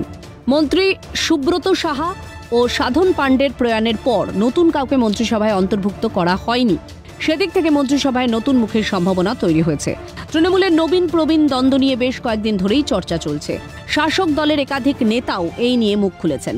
এর মধ্যেই রাজ্য মন্ত্রিসভায় রদবদল হলে তা তাৎপর্যপূর্ণ হবে বলেই মনে করছেন রাজনৈতিক বিশ্লেষকরা। কোন শিবিরের নেতারা বাড়তি গুরুত্ব, সেদিকেই তাকিয়ে রাজনৈতিক মহলের একাংশ। খালিদ জামালের রিপোর্ট, ক্যালকাটা নিউজ। কলকাতা রাজপথে বেঙ্গল মাদ্রাস এডুকেশন ফোরামের এক মহা মিছিল এসএলএসটি পরীক্ষা সহ একাধিক দাবিতে বৃহস্পতিবার মিছিল করে সংগঠনটি। মিছিলটি কলেজ স্কোয়ার থেকে শুরু হয়ে ধর্মতলা রানী রাসমণি অ্যাভিনিউতে শেষ হয়। রাজ্যে শিক্ষক নিয়োগ দুর্নীতি সহ একাধিক দুর্নীতির অভিযোগ সামনে এসেছে। এই আবহে মাদ্রাসা সার্ভিস কমিশনের 7ম এসএলএসটি পরীক্ষা স্বচ্ছতার সঙ্গে করানোর দাবি উঠল। এই দাবি সহ একাধিক দাবিতে পথে নামল বেঙ্গল মাদ্রাসা এডুকেশন ফোরাম। বৃহস্পতিবার ওই সংগঠনের তরফে তিলোত্তমায় একটি মহা মিছিলের আয়োজন করা হয়। মিছিলটি কলেজ স্কোয়ার থেকে শুরু হয়ে ধর্মতলার রানী রাসমণি অ্যাভিনিউতে এসে শেষ হয়। মিছিল থেকে স্থায়ীকরণ, নিয়োগ সহ একাধিক দাবিতে স্লোগান ওঠে। বেঙ্গল মাদ্রাসা এডুকেশন ফোরামের কোষাধ্যক্ষ মোহাম্মদ জাকির হোসেনের অভিযোগ, মাদ্রাসায় স্বচ্ছভাবে নিয়োগ হয়নি। এছাড়াও আমাদের বোর্ডে আজীবন কোনো ইলেকশন হয়নি। আমরা ইলেকশন করতে যায়। শিক্ষকদের প্যাটার্নিটি স্কুলে জিও হয়ে গেছে, কিন্তু আমাদের সাথে কোনো জিও নেই বলে আমরা প্যাটার্নিটি লিভের জন্য ইমিডিয়েট জিও আমরা করতে যাই। শিক্ষক নিয়োগ নিয়ে ভুরি ভুরি অভিযোগ সামনে এসেছে। এ নিয়ে অভিযোগের আঙুল উঠেছে বাংলা শাসক দলের একাধিক হেভিওয়েট নেতার বিরুদ্ধে। নিন্দুকদের মতে রাজ্যের শিক্ষা ব্যবস্থা তলানিতে এসে ঠেকেছে। এই অবস্থার কি কোনো পরিবর্তন হবে? উত্তরের অপেক্ষায় রাজ্যবাসী। ক্যামেরায় জ্যাকি সিং এর সঙ্গে হীরক বোসের রিপোর্ট, ক্যালকাটা নিউজ। হাসপাতালে নিম্নমানের খাবার সহ একাধিক অভিযোগ তুলে কলকাতা মেডিকেল কলেজের 2 নম্বর গেটের সামনে বিক্ষোভ কংগ্রেসের। দাবি পূরণ না হলে ভবিষ্যতে স্বাস্থ্য ভবন ঘেরাওয়ের ডাক দিলেন আজ শিবিরের নেতা কর্মীরা।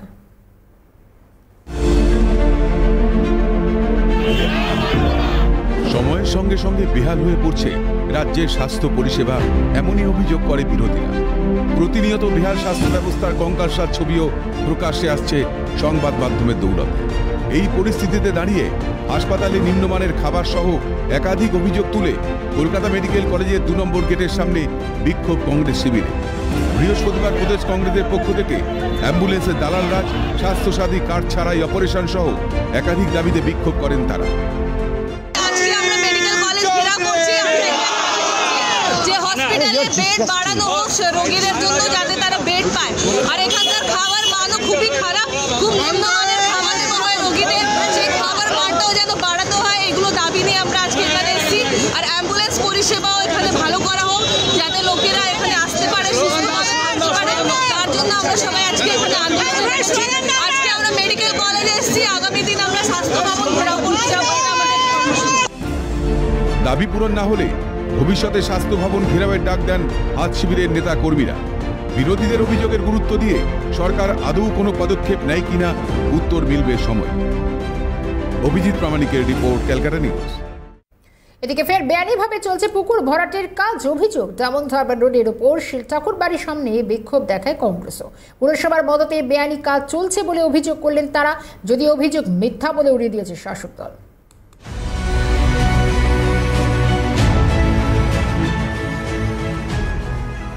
200 বছরের পুরনো ট্রাস্টি বোর্ডের সম্পত্তিতে পুকুর ভরাট করে মন্দির ধ্বংস করা হচ্ছে, এই অভিযোগে বেশ কয়েকদিন আগে বিজেপি বিক্ষোভ দেখায়।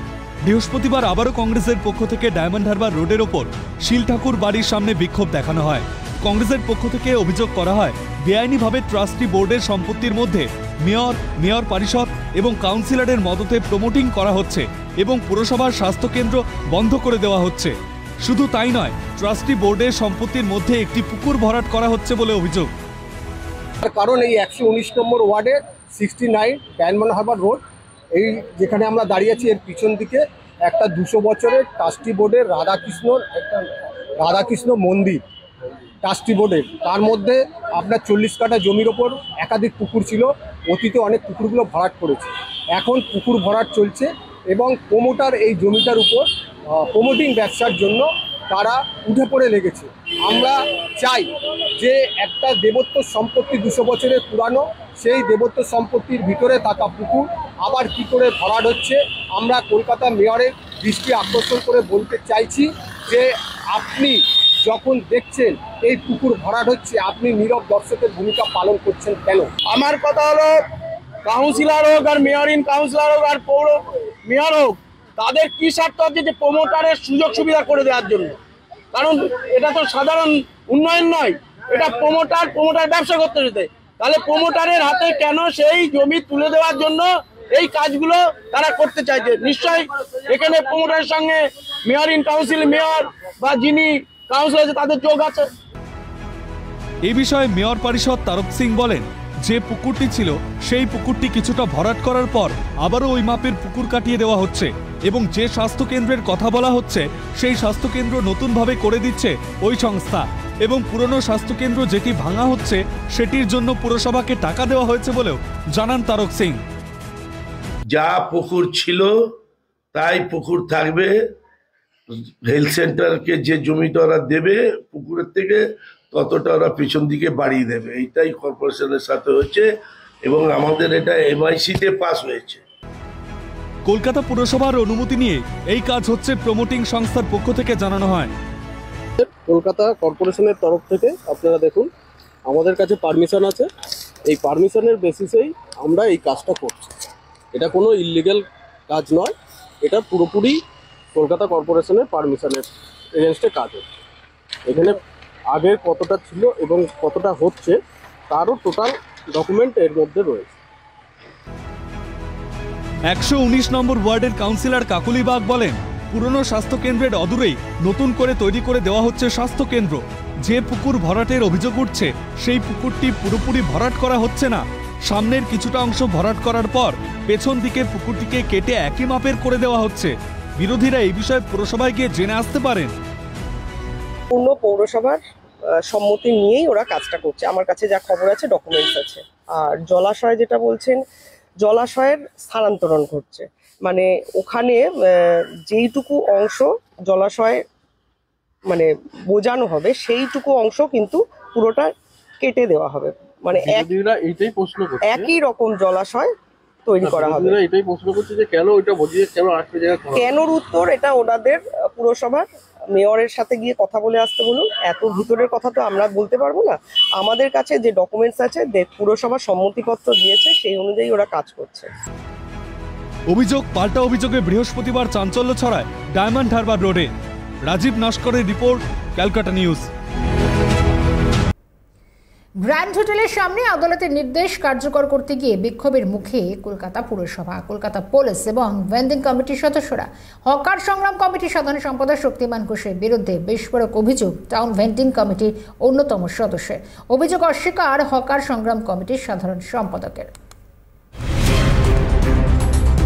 গ্র্যান্ড হোটেলের সামনে হাইকোর্টের নির্দেশ কার্যকর করা নিয়ে বিরোধের সূত্রপাত।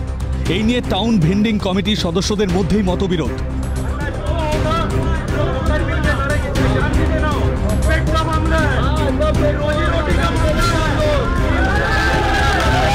বৃহস্পতিবার এ প্রসঙ্গে টাউন ভেন্ডিং কমিটির সদস্য তথা তৃণমূল নেতা মানা চক্রবর্তীর অভিযোগ, গ্র্যান্ড হোটেলের সামনে থাকা হকারদের থেকে 3000 করে টাকা নিয়েছেন হকার সংগ্রাম কমিটির সাধারণ সম্পাদক শক্তিমান ঘোষ। আমাদের হকার সংগ্রাম কমিটি তারা এই নোংরামি করছে, টাকা তুলেছে, এর বিরুদ্ধে আমরা বলছি। হ্যাঁ, 3000 টাকা করে শক্তিমান ঘোষ টাকা তো 3000 টাকা করে তুলে মেম্বার এবং ভেন্ডিং কমিটি আমাকে জানানো হয়নি, কবে এসছে আমাকে জানায়নি, এবং ভেন্ডিং কমিটিতে আমি আছি কিন্তু আমাকে জানানো হয়নি, এবং চাঁদা তুলেছে এবং টাকা তুলেছে। যদিও তার এই অভিযোগ ভিত্তিহীন বলে উড়িয়ে দিয়েছেন হকার সংগ্রাম কমিটির সাধারণ সম্পাদক শক্তিমান ঘোষ। সংগ্রাম কমিটি তার একটা ইতিহাস আছে, দীর্ঘ ইতিহাস। সেটা যে কোথাও আজ পর্যন্ত জীবনে কোথাও কেউ দেখাতে পারবে না। গোটা কলকাতা শহরে পুলিশ আছে, এখানে পুলিশকে আবার জিজ্ঞেস করুন তো শক্তিমান ঘোষ সম্পর্কে, পুলিশ বলে দেবে যে এটা রাগের চোটে বলছে, কারণ এই টোটাল ব্যাপারটাই তার আপনার বিরুদ্ধে। আমরা কি কর্পোরেশন তো ডাকবে, কমিশনার দেখেছিল, কাল আসেনি, ও বললো আমার বাবার শরীর খারাপ ছিল, কালকে মিটিংয়ের সিদ্ধান্ত হয়েছিল। ব্যাপার হচ্ছে যে দেখুন, অভিযোগ করতে পারে, অভিযোগের ভিত্তিটা আমার এখানকার যারা হকার তারা 99% আমাদের সাথে। বৃহস্পতিবার কলকাতা পুলিশ, কলকাতা পুরসভা ও টাউন ভেন্ডিং কমিটির সদস্যদের সামনে ক্ষোভে ফেটে পড়েন হকাররা। তাদের দাবি, বিকল্প ব্যবস্থা না করলে তারা সেখান থেকে সরবেন না। এই নিয়ে পরিস্থিতি উত্তপ্ত হয়ে উঠলে অতিরিক্ত পুলিশ মোতায়েন করা হয় গ্র্যান্ড হোটেলের সামনে। প্রথম কথা হচ্ছে যে আমাদের টাউন ভেন্ডিং কমিটির মধ্যে কোনো মতভেদ নেই। আমরা বলেছি আইন অনুযায়ী 1/3 রেখে বাকি 2/3 পেডিস্ট্রিয়ানদের ছাড়তে হবে, এবং মহামান্য কলকাতা হাইকোর্টে যে অর্ডার দিয়েছে সেই অর্ডার অনুযায়ী আমরা 1/3 রাখছি। তাতে রেজিস্টার 2015 নিয়ম অনুযায়ী 116 জনের লিস্ট আছে। আমি সেখানে বক্তব্য রেখে বলেছিলাম যে 116-র বাইরেও যারা রয়েছে তাদের লাইভলিহুড বা তাদের পেটে লাথি মারার অধিকার আইনেও নেই এবং কোনো এই সরকারও নেয়নি। অতএব তাদেরও লিস্ট বানাতে হবে এবং ভবিষ্যতে তাদেরকেও যাতে পুনর্বাসন দেওয়া যায় তার জন্য ব্যবস্থা করতে হবে। বৃহস্পতিবার পুলিশের পক্ষ থেকে কমিটির সদস্যদের সঙ্গে নিয়ে 1/3 একটা পরিধি মেপে দিয়ে একটা লাইন টেনে দেওয়া হয়, যার বাইরে আর হকাররা আর বসতে পারবেন না বলে সাফ জানিয়ে দেওয়া হয়।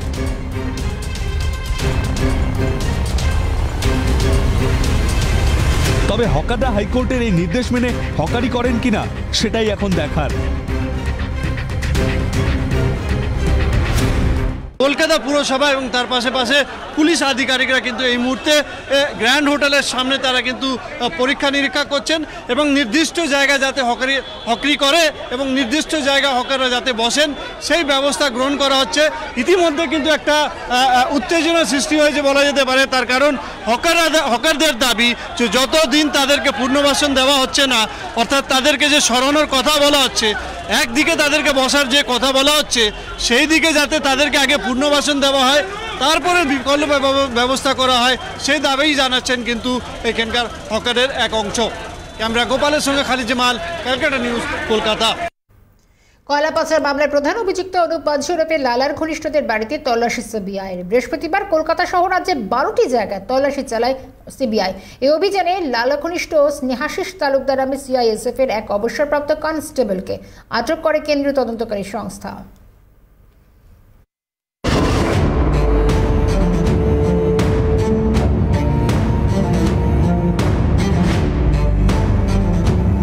কয়লা পাচার মামলার জাল গুটিয়ে আনতে তৎপর সিবিআই।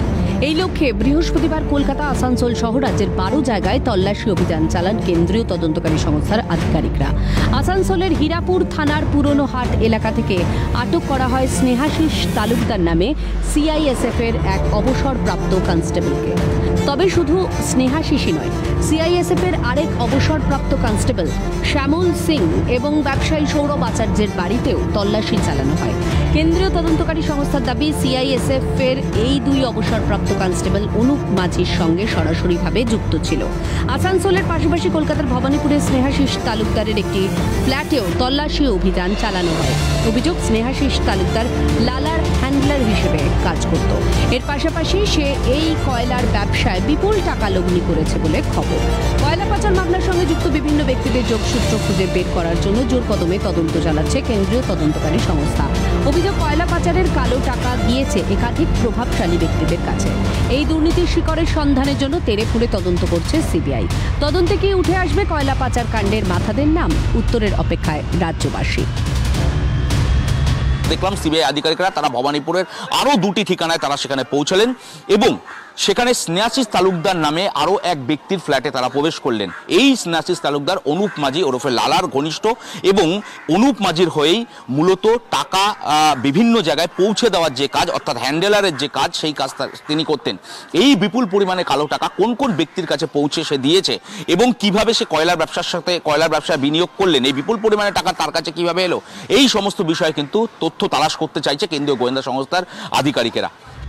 ক্যামেরায় শুভজিৎ গায়নের সঙ্গে শুভজিৎ দে ও ত্রিনান্দন চট্টোপাধ্যায়ের রিপোর্ট, ক্যালকাটা নিউজ। যে উঠেছে কয়লা পাচার তদন্ত এবার চক্রের মাথা নয়, বরং কানের খুঁজে নেমেছে সিবিআই। বৃহস্পতিবার রাজ্যের অন্তত 12টি জায়গায় অভিযান। আতশ কাছে প্রাক্তন সিআইএসএফ কনস্টেবল মালদা, আসানসোল, ভবানীপুরে তার নজর কাড়া সম্পত্তি। সব প্রতিপত্তির মূল লুকিয়ে কালো হিরেতে। হাই ভোল্টেজ বৃহস্পতিবার ফের জিয়ে উঠেছে কয়লা পাচার তদন্ত। এদিন সকাল সকাল মালদায় প্রাক্তন সিআইএসএফ কনস্টেবল শ্যামল সিং এর বাড়ি ফ্ল্যাটে তল্লাশি অভিযানে নামে সিবিআই এর 8 প্রতিনিধির দল। কয়লা পাচারের মূল অভিযুক্ত অনুপ মাঝি ওরফে লালা ঘনিষ্ঠ হওয়ার সুবাদে সিবিআই এর আতশ কাছে শ্যামল সিং। এদিন সকাল 8টা নাগাদ মালদার রতুয়ায় কাহালাতে শ্যামল সিং এর বাড়িতে কেন্দ্রীয় তদন্তকারী সংস্থার হানা। বাড়িতে পারিবারিক অনুষ্ঠানের মাঝেই সিবিআই জেরার মুখে শ্যামল সিং। বাজেয়াপ্ত করা হয় বাড়ির সদস্যদের ফোন। এই হলো মালদার রতুয়ার কাহালা গ্রাম, এখানেই শ্যামল সিং এর এই বাড়ি, যেখানে আজকে সকাল থেকেই সিবিআই এর আধিকারিকরা অভিযান চালায় এবং সকাল থেকে কেন্দ্রীয় বাহিনী গোটা বাড়ি ঘিরে ফেলে। ইংরেজ বাজারের 1 নম্বর গভর্নমেন্ট কলোনিতেও ফ্ল্যাট রয়েছে শ্যামল সিং এর। তাকে সঙ্গে নিয়েই সেই ফ্ল্যাটে অভিযান চালায় সিবিআই। কে এই শ্যামল সিং? কয়লা পাচারে কিভাবে যোগ? সূত্রের খবর, 8 বছর আগে চাকরি ছাড়েন প্রাক্তন সিআইএসএফ কনস্টেবল শ্যামল সিং। তারপরই আসানসোলে বেআইনি কয়লার ব্যবসা, পাচারে যোগ। শ্যামল সিং সম্পর্কে এখনো পর্যন্ত যা তথ্য পাওয়া গিয়েছে, তিনি একসময় সিআইএসএফ এ কর্মরত ছিলেন। 8 বছর আগে তিনি চাকরি ছেড়ে দেন এবং আসানসোল, দুর্গাপুর এই এলাকায় তিনি কয়লার ব্যবসা শুরু করেন। সেখান থেকেই অনুপ মাঝি ওরফে লালা, তার সাথে তার ঘনিষ্ঠতা বাড়ে। সূত্রের আরও দাবি, এককালে the Indian iron and steel company অর্থাৎ IISCO তে কর্মরত ছিলেন শ্যামল সিং। সেই সুবাদে IISCOর নিজস্ব কয়লা খনির সঙ্গে পরিচিত হন। সেখান থেকেই কি ঘুর পথে চলতো শ্যামল সিং এর কালো হীরের ব্যবসা? কয়লা পাচারের প্রাইম সাসপেক্ট অনুপ মাঝির ছত্রছায়ায় ঠিক কতটা প্রাচুর্য বেড়েছিল শ্যামল সিং এর তা তার আসানসোলের পুরনো হাট এলাকার প্রাসাদতম বাড়িটি দেখলেই বোঝা যায়। সিবিআই তল্লাশি চলেছে সেখানেও। এখনই শেষ নয়, সিবিআই পৌঁছেছিল ভবানীপুরের 47A টাউনশিপে শ্যামল সিং এর আরও দুটি তালাবন্ধ ফ্ল্যাটে। শ্যামল সিং নামে এক প্রাক্তন সেনা আধিকারিক, তার ফ্ল্যাটে যেরকম সিবিআই আধিকারিকেরা পৌঁছন এবং দুটি ফ্ল্যাট তার বন্ধ থাকার কারণে তারা ভবানীপুর থানায় যান এবং সেখানে ইন্টিমেশন জমা করেন যে এই শ্যামল সিং সে যখন ফিরবেন, অর্থাৎ সে তার যদি ফ্ল্যাটে ফেরেন সেক্ষেত্রে সিবিআই আধিকারিকদের সঙ্গে যাতে যোগাযোগ করা হয়। শ্যামল সিং এর বাড়ি ফ্ল্যাটের বহর দেখে পিলে চমকাচ্ছে তো? তাহলে আরো শুনুন। সূত্রের দাবি, দুর্গাপুর, আসানসোল, কলকাতা ছাড়াও মুম্বাই, দিল্লি, এমনকি বিদেশেও নামে বেনামে একাধিক বাড়ি, হোটেল সম্পত্তি রয়েছে প্রাক্তন সিআইএসএফ কনস্টেবলের। কয়লা পাচারি কি এত প্রতিপত্তির রসদ? বৃহস্পতিবার কয়লা পাচার তদন্তে রাজ্যের অন্তত 12টি জায়গায় হানা সিবিআই এর। তালিকার শীর্ষে লালা ঘনিষ্ঠদের বাড়ি, ফ্ল্যাট। মার্চের মধ্যে কি তবে রফা হবে কয়লা পাচার মামলা, নাকি নতুন তথ্যে তদন্ত বাড়বে আরও? ক্যামেরায় শুভজিৎ গায়নের সঙ্গে শুভজিৎ দে, সোমাক লাহিড়ী এবং তৃণাঞ্জন চট্টোপাধ্যায়ের রিপোর্ট, ক্যালকাটা নিউজ। কোন পরিবহন সংস্থার কর্ণধারের যোগ থাকতে পারে কয়লা পাচার কাণ্ডে? মুখোশের আড়ালে চলছিল কোন খেলা? দুর্গাপুরে অভিযানে সিবিআই। সৌরভ নামে এক ব্যক্তির ভাড়া বাড়িতে 5 ঘন্টা ধরে চলল তল্লাশি।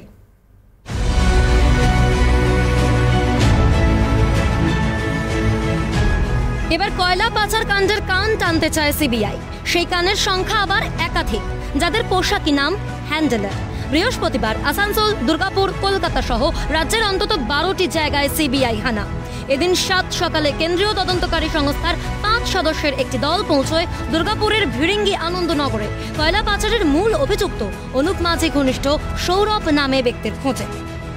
দুর্গাপুরের বেনাচিতিতে আনন্দনগরে যে ঘটনা আজকে লালা ঘনিষ্ঠ সৌরভের বাড়িতে যেটা দেখা যাচ্ছে যে সিবিআই যে 5 সদস্যীয় প্রতিনিধি দল তারা কিন্তু এসেছিল এবং এই তল্লাশি অভিযানে তারাও কিন্তু সঙ্গে আছে। এই আনন্দনগরেই 2018 সাল থেকে নিজেকে পরিবহন সংস্থার কর্ণধার হিসেবে পরিচয় দিয়ে বাড়ি ভাড়া করে সপরিবারে থাকেন সৌরভ। সেটা জানতাম, আমরা ট্রান্সপোর্ট, এটাই জানতাম। ট্রান্সপোর্ট ওনার পরিবারে উড়ে থাকেন, যে ওনার স্ত্রী থাকেন, এখন তো বাচ্চা হয়েছে স্ত্রী। হ্যাঁ। সূত্রের খবর, অনুপ মাঝি ঘনিষ্ঠ সৌরভকে জিজ্ঞাসাবাদে কয়লাকাণ্ডের তদন্তে গতি আসতে পারে। দুপুর 12টা পর্যন্ত প্রায় 5 ঘন্টা ধরে সৌরভের বাড়িতে জিজ্ঞাসাবাদ, তল্লাশি চালান কেন্দ্রীয় তদন্তকারীরা। সূত্রের খবর, তল্লাশিতে মিলেছে বেশ কিছু গুরুত্বপূর্ণ নথি। কয়লাকাণ্ডের মধ্যস্থতাকারীদের খোঁজে রাজ্যের দিকে দিকে সিবিআই অভিযান। সৌরভ নিজে মধ্যস্থতাকারী নাকি কয়লা পাচারের হ্যান্ডেলার সংক্রান্ত তথ্য জমা তার কাছে, তা এখনো স্পষ্ট নয়। দুর্গাপুর থেকে রাজেশ সেনগুপ্ত, ক্যালকাটা নিউজ। বুধবার রাতে উত্তর দিনাজপুরের রায়গঞ্জে লুটিয়ে পড়েছিল সরকারি কর্মী দীনেশ সাহার গুলিবিদ্ধ রক্তাক্ত দেহ। কেন খুন, কারা খুন করলো, উঠেছিল একগুচ্ছ প্রশ্ন। 24 ঘন্টার মাথাতেও অধরা অভিযুক্তরা। এদিকে প্রকাশ্যে এসেছে গুলিকাণ্ডের একাধিক বিভিন্ন বিষয়। যাকে বলে একেবারে ঠান্ডা মাথার খুন। মাঝ রাস্তায় টার্গেটকে দাঁড় করিয়ে মিনিট 3 ধরে কথা বলার পরই পরপর 3 রাউন্ড গুলি, তারপর বাইকে করে পগারপাড় 2 আততায়ী। বুধবার রাতে উত্তর দিনাজপুরের রায়গঞ্জের তুলসীতলার 5 নম্বর ওয়ার্ডে লুটিয়ে পড়েছিল সরকারি কর্মী দীনেশ সাহার গুলিবিদ্ধ রক্তাক্ত মৃতদেহ। শীতের রাতে নিস্তব্ধতা ভাঙে একটি খুন। ঘটনার 24 ঘন্টা কাটতে না কাটতেই প্রকাশ্যে খুনের হারহিম করা সিসিটিভি ফুটেজ। সেই থেকেই প্রশ্ন, আততায়ীরা কি তবে দীনেশ সাহার পূর্ব পরিচিত ছিল? এক পরিচিত লোক, আমাদের যেটা এখনো পর্যন্ত খবর আছে, দেখে মনে হচ্ছে অনেকক্ষণ ধরে কথা বলেছে, কথা বলার পরে কোনো পরিচিত লোক হতে পারে। তো ওনাকে গান শট করেন এবং তারপরে এখান থেকে বেরিয়ে যান। ছাপোষা এক সরকারি কর্মী সপরিবারে ভাড়া বাড়িতে বসবাস করা এক সাধারণ সংসারী মানুষ কেন আচমকা বন্দুকধারীদের টার্গেট হলো? কেন চেনা চৌহদ্দিতে বাড়ি থেকে কিছু দূরে খোয়াতে হলো প্রাণ? যে কেউ হতে পারেন শিকার। আতঙ্কে ভুগছে এলাকাবাসী। এই ঘটনা, হ্যাঁ নিশ্চয়ই আমরা আতঙ্কিত। এরকম ঘটনা হওয়াতে বহুদিন ধরে রায়গঞ্জে কিন্তু এসব হয়নি, এখন হুট করে রায়গঞ্জে আমরা ভাবতেই পারছি না। তো এরকম তো আমাদের পাড়াতে ঘটনা এর আগে কখনো ঘটেনি। এতে আমিও মানে কি বলবো, আতঙ্কিত। মনে পড়ে কিভাবে শক্তিগড়ের রাস্তায় গাড়িতেই দুষ্কৃতীর গুলিতে ঝাঁঝরা হয়েছিলেন কয়লা মাফিয়া রাজু ঝা। মনে পড়ে কিভাবে ডাকাতিতে বাধা দিতে একের পর এক গুলি গেঁথে গিয়েছিল উত্তর 24 পরগনার ব্যারাকপুরের স্বর্ণবিপণির মালিকের ছেলের শরীরে। আটকে উঠেছিল গোটা বাংলা। সেই শিহরণ আছে আজও। উত্তর দিনাজপুরের গুলিকাণ্ড সেই আতঙ্ক ফেরালো আবারও। রাজ্যের আইন শৃঙ্খলায় প্রশ্নচিহ্নটা ক্রমশ ধ্রুবক হয়ে উঠছে। নন্দদুলাল সরকারের রিপোর্ট, ক্যালকাটা নিউজ। বর্ধমান স্টেশনে ভয়াবহ দুর্ঘটনা। বুধবারের সেই ঘটনার পর বৃহস্পতিবার আহতদের দেখতে বর্ধমান মেডিকেল কলেজ হাসপাতালে যান রাজ্যপাল সিভি আনন্দ বোস। ঘটনায় দুঃখ প্রকাশ করেছেন রাজ্যপাল। বর্ধমান স্টেশনের জলের ট্যাঙ্ক দুর্ঘটনায় আহতদের দেখতে বর্ধমান মেডিকেল কলেজ ও হাসপাতালে যান রাজ্যপাল সিভি আনন্দ বোস। বৃহস্পতিবার সন্ধে 7টা নাগাদ হাসপাতালে পৌঁছন রাজ্যপাল। রোগীদের বেডের সামনে গিয়ে তাদের পরিস্থিতি খতিয়ে দেখে সাংবাদিকদের মুখোমুখি হয়ে রাজ্যপাল বলেন, দুর্ভাগ্যজনক ঘটনা, সব রকম সহযোগিতা করা হবে ক্ষতিগ্রস্ত পরিবারগুলিকে। আর্থিক সহায়তার জন্য কিছু ক্ষতিপূরণ অনুমোদন করা হয়েছে। উদ্বেগ প্রকাশ করে পাশে থাকার আশ্বাস রাজ্যপালের। Very unfortunate. We will extend all support to the affected families. I came here to see the patients who are admitted here. Some financial assistance and ex gratia has been sanctioned. Whatever is required to help them will certainly be done. Rajvan will intervene in a very, very positive manner in the matter. 2020 সালের পরে ফের এই দুর্ঘটনা। রেলের বিরুদ্ধে উঠছে গাফিলতির অভিযোগ। সাংবাদিকদের প্রশ্নের উত্তরে রাজ্যপাল বলেন, আগে জখম ও আহতদের দ্রুত রিলিফ দিতে হবে। সংশ্লিষ্ট কর্তৃপক্ষ বিষয়টিকে দেখছে। पहले 2020 साल में एक इंसिडेंट हुआ, बिल्डिंग कोलैप्स हो गया, फिर ऐसा इंसिडेंट हुआ है। तो रेल का तो नेग्लिजेंसी का एलिगेशन आ रहा है, पब्लिक लोग रेल का जो पैसेंजर है सुरक्षा के लिए कोई ख्याल नहीं रखा जा रहा है। This is a time when we should give immediate relief to the affected ones. All the rest will certainly be looked into by the competent authorities. You see, accidents are not accidental. There will be a human factor that behind it. When an accident takes place, certainly it has been inquired into, reasons to be established, and then remedial measures are to be taken. পাশাপাশি দুর্ঘটনাগ্রস্তদের মধ্যে একটি শিশুর পরিবারকে প্রতি মাসে 5,000 টাকা দেওয়ার কথা ঘোষণা রাজ্যপালের। শিশুটির পড়াশোনার জন্য 1 বছর এই টাকা দেওয়া হবে বলে জানিয়েছেন রাজ্যপাল সিভি আনন্দ বোস। এছাড়াও দুর্ঘটনায় যারা কাজ হারিয়েছেন তারাও যদি সাহায্য চায় তাও চেষ্টা করা হবে। রাজভবন ওদের সঙ্গে রয়েছে, আশ্বাস রাজ্যপালের। It's very pathetic situation in the house. The child's education is to be taken care of. His monthly expenses are to be met. So I have sanctioned as an interim measure 5,000 rupees per month for 1 year to that child. And some other person, he lost his job, he wanted some immediate assistance, that also will be given. Whatever is required, whatever is possible, will be done to help them. জখমের পরিবারের সঙ্গে কথা বলার পাশাপাশি চিকিৎসক এবং আধিকারিকদের সঙ্গেও কথা বলেন রাজ্যপাল। সবচেয়ে ভালো পরিষেবা দেওয়ার জন্য বলা হয়েছে। বর্ধমান মেডিকেল কলেজ ও হাসপাতাল পরিদর্শনের পর রাজ্যপাল চলে যান দুর্ঘটনাস্থলে। কীভাবে ঘটনা ঘটেছিল এবং সেই সময়কার যে ভয়াবহতা এবং যে প্রতিঘাত ছিল সেইটা বোঝানোর চেষ্টা করছেন এবং সেটাই তিনি বোঝার চেষ্টা করছেন।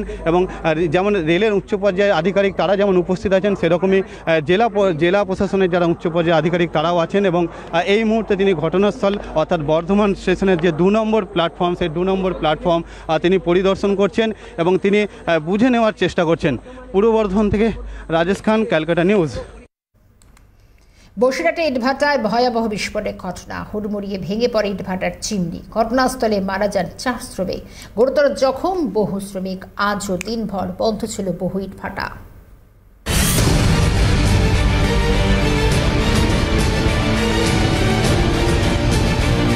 অন্যান্য দিনের মতোই বুধবার সন্ধ্যায় উত্তর 24 পরগনার ইটেন্ডা ইটভাটায় কাজ চলছিল।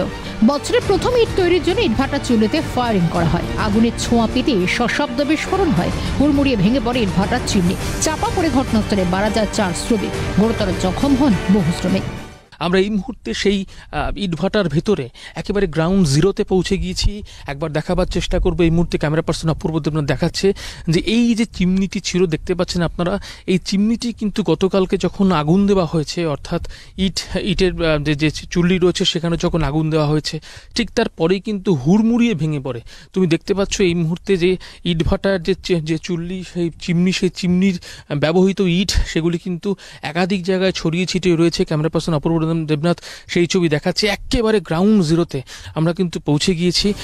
জানা গেছে যাঁদের মৃত্যু হচ্ছে তাদের মধ্যে 2 জন ছিলেন উত্তরপ্রদেশের বাসিন্দা, বাকি 2 জন ছিলেন স্থানীয় বাসিন্দা।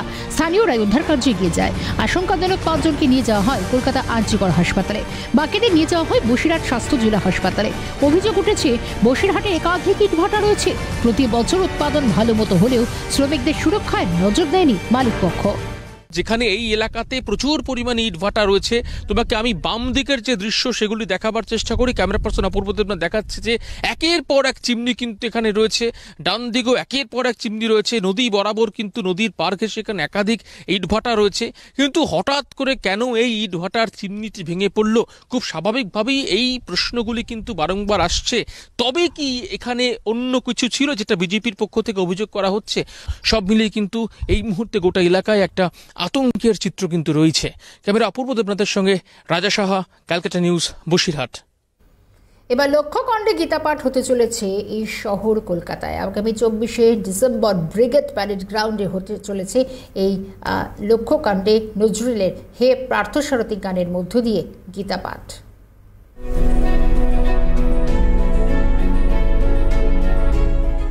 লক্ষ্যকণ্ঠে গীতাপাঠ হতে চলেছে শীতের কলকাতায়। আগামী 24শে ডিসেম্বর ব্রিগেড প্যারেড গ্রাউন্ডে হবে অভিনব অনুষ্ঠান। সনাতন সংস্কৃতি সাংসদ বৈতিলাল ভারত তীর্থ সেবা মিশ্রণ আশ্রম অখিল ভারতীয় সংস্কৃত পরিষদের আয়োজক। বৃহস্পতিবার এই নিয়ে সাংবাদিক সম্মেলন করলেন তারা। এই প্রথম নয়, এর আগে গত বছর মায়াপুর ইস্কন মন্দিরেও গীতাপাঠ হয়। তবে সেইবার প্রায় 6500 কণ্ঠে গীতাপাঠ হয়েছিল। এবার সেই কণ্ঠ হবে লক্ষ্য। উদ্যোক্তারা জানান, প্রধানমন্ত্রী নিজে বলেন তিনি এই গীতাপাঠে অনুষ্ঠানে আসবেন। 16 ডিসেম্বর মঞ্চের খুঁটি পুজো হবে বলে জানান উদ্যোক্তারা। ভারতবর্ষের মহামহিম রাষ্ট্রপতি থেকে শুরু করে বাংলার যত অ্যাসেম্বলি মেম্বার, আমরা কেন্দ্রীয় মন্ত্রীদের আমন্ত্রণ জানাইনি, কিন্তু বাংলার যত অ্যাসেম্বলি মেম্বার আছেন তাদের প্রত্যেকে আমরা আমন্ত্রণ জানাচ্ছি। আমাদের সকলকেই স্বাগত জানাচ্ছি। এই মঞ্চ কোনো রাজনৈতিক মঞ্চ নয়। আমরা প্রত্যেকের মর্যাদা অনুযায়ী তার যা যা স্থান তাকে আমরা তাই স্থানেই বসাবো। এই নিয়ে আমাদের ওপর একটু ছেড়ে দিন। শোভাযাত্রা দিয়ে শুরু হবে অনুষ্ঠান। 2টি মণ্ডপ থাকছে। মূল মণ্ডপের নাম পার্থসারথী মণ্ডপ, একটি অনুষ্ঠানের মণ্ডপ আর একটি সাংস্কৃতিক মণ্ডপ। প্রায় 60 থেকে 70 হাজার শঙ্খ থাকবে সেদিন ব্রিগেডে। সমবেতভাবে শঙ্খনাদ হবে, সঙ্গে উলুধ্বনি। পোশাকও নির্দিষ্ট করা হয়েছে। ছেলেদের জন্য ধুতি, মেয়েদের জন্য শাড়ি। কাজী নজরুল ইসলামের গান হে পার্থসারথী গাওয়া হবে 1 লক্ষ কণ্ঠে। 1 লক্ষ নারী পুরুষ সমবেত কণ্ঠে একসঙ্গে শ্রীমদ্ ভগবদ গীতার প্রথম, দ্বিতীয়, দ্বাদশ ও পঞ্চদশ অধ্যায় পাঠ করতে চলেছেন। অবিস্মরণীয় ঘটনাটি গিনেস বুক অব ওয়ার্ল্ড রেকর্ডে স্থান পাবে। অন্যদিকে এদিন রাজ্যে টেট পরীক্ষার দিন নির্ধারণ হওয়ায় শুরু হচ্ছে বিতর্ক। এ বিষয়ে শ্রীমদ্ নির্গুণানন্দ ব্রহ্মচারী বলেন যে তো সমস্যা হবেই, আমরা অনুরোধ করছি এটা পিছিয়ে দেওয়ার জন্য। পরীক্ষাটা অত প্রয়োজন আছে, এটা অনিবার্য। ছেলে মেয়েদের পরীক্ষা না হলে পরে তারা চাকরি পাবে না, কিন্তু সেটা আমরা আপিল করছি যদি ডেটটা পাল্টানো হয় তাহলে পরে এই যে অগণিত মানুষ 6 মাস ধরে প্রয়াস করছেন, গীতা পাঠের অভ্যাস করছেন, তারা উপকৃত হতেন, তারা আসতে পারতেন সুস্থভাবে। এই এদিন সিএনএ ক্যামেরার সামনে গীতার মাহাত্ম্য তুলে ধরেন অনুষ্ঠানের মূল সংগঠক মানস ভট্টাচার্য। যে যুব সমাজকে জাগিয়ে তোলার একটা বই, এটাকে শুধু ধর্মগ্রন্থ হিসাবে সীমাবদ্ধ রাখার বই নয়। গীতা মানে 2 জন যুবক ছেলের কথোপকথন, যা একটা বিষাদগ্রস্ত জাতিকে জাগিয়ে তুলতে পারে। আমাদের মনে হয়েছে পশ্চিমবঙ্গের যুব সমাজের নানা বিষয় দেখে যে পশ্চিমবঙ্গের যুব সমাজ এই মুহূর্তে বিষাদগ্রস্ত। এই মুহূর্তে গোটা বিশ্বজুড়ে যে যুদ্ধের পরিস্থিতি তৈরি হয়েছে বিভিন্ন জায়গাতে, সেটা ইসরায়েল প্যালেস্তানিক হোক, রাশিয়া ইউক্রেন হোক, এই সমস্ত কিছুকে একমাত্র পথ দেখাতে পারে গীতা। সেই জন্য আমি গীতাকে বেছে নিয়েছি, আমরা গীতাকে বেছে নিয়েছি। ক্যামেরা প্রসন্ন নস্করের সঙ্গে অদ্রিজা ঘোষের রিপোর্ট, ক্যালকাটা নিউজ। আনন্দপুরে 23 দিনে কন্যা সন্তানকে 30,000 টাকায় বিনিময়ে বিক্রি করে দেওয়ার অভিযোগ। কাজ করা শিশুর দাদু, দিদা সহ আরও 3 জন তদন্তে পুলিশ।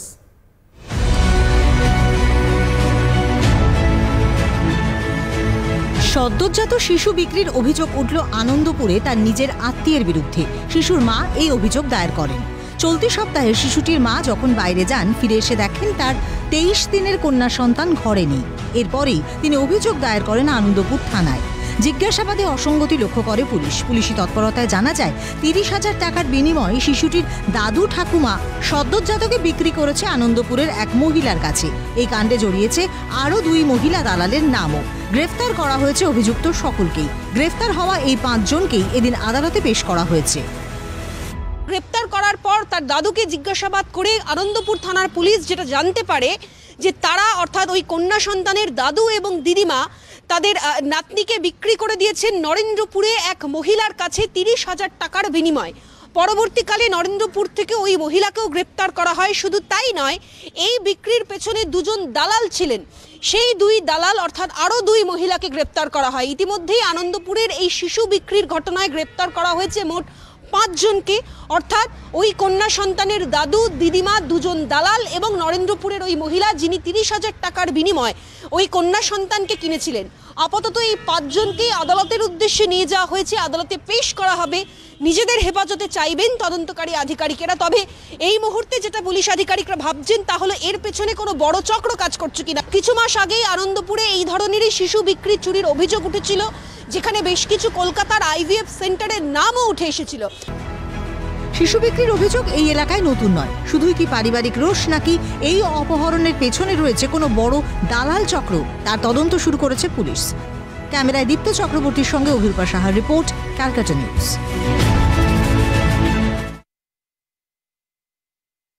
বাইকের ধাক্কা ছোট ম্যাটাডোর গাড়িতে গুরুতর আহত বাইক চালক।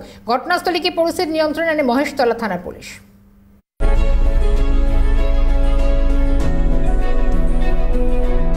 মহেশতলা সারেঙ্গাবাদে ছোট ম্যাটাডোর গাড়ির সঙ্গে বাইকের মুখোমুখি সংঘর্ষে আহত বাইক আরোহী। বজবজ ট্রাঙ্ক রোডে বাটার দিক থেকে বজবজের দিকে যাচ্ছিল বাইকটি। ঠিক সেই সময় নিয়ন্ত্রণ হারিয়ে অপর দিক থেকে আসা একটি ছোট ম্যাটাডোর গাড়িতে ধাক্কা মারে ওই বাইকটি। রক্তাক্ত অবস্থায় ছিটকে পড়েন বাইক চালক। স্থানীয়রা এসে বাইক চালককে উদ্ধার করে বজবজ ESI হাসপাতালে নিয়ে যায়। পরে অবশ্য আহত বাইক চালককে কলকাতার SSKM হাসপাতালে স্থানান্তরিত করা হয়। ছোট হাতিটা ওর লাইন ধরে আসছিল, বাইকটা এদিক থেকে যাচ্ছিল, মানে বজবজের দিকে, আর ও মহেশতলার দিকে আসছিল। তো এ রানিং এ গিয়ে ছোট হাতিতে মেরে দিয়েছে। মহেশতলা থানার পুলিশ ঘটনাস্থলে পৌঁছলে বাইক ও ম্যাটাডোর গাড়িটিকে থানায় নিয়ে যায়। রাজীব নস্করের রিপোর্ট, ক্যালকাটা নিউজ।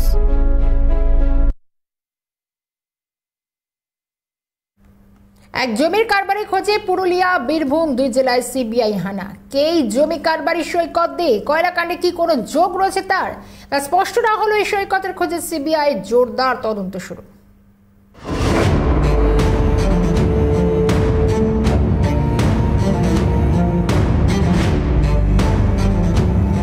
CBI সাঁড়াশি চাপে কয়লা পাচার তদন্ত। বৃহস্পতিবার রাজ্যে যে 10 থেকে 12টি জায়গায় CBI হানা দিয়েছে তারই মধ্যে রয়েছে পুরুলিয়ার নিতুরিয়ার সরবরি গ্রাম।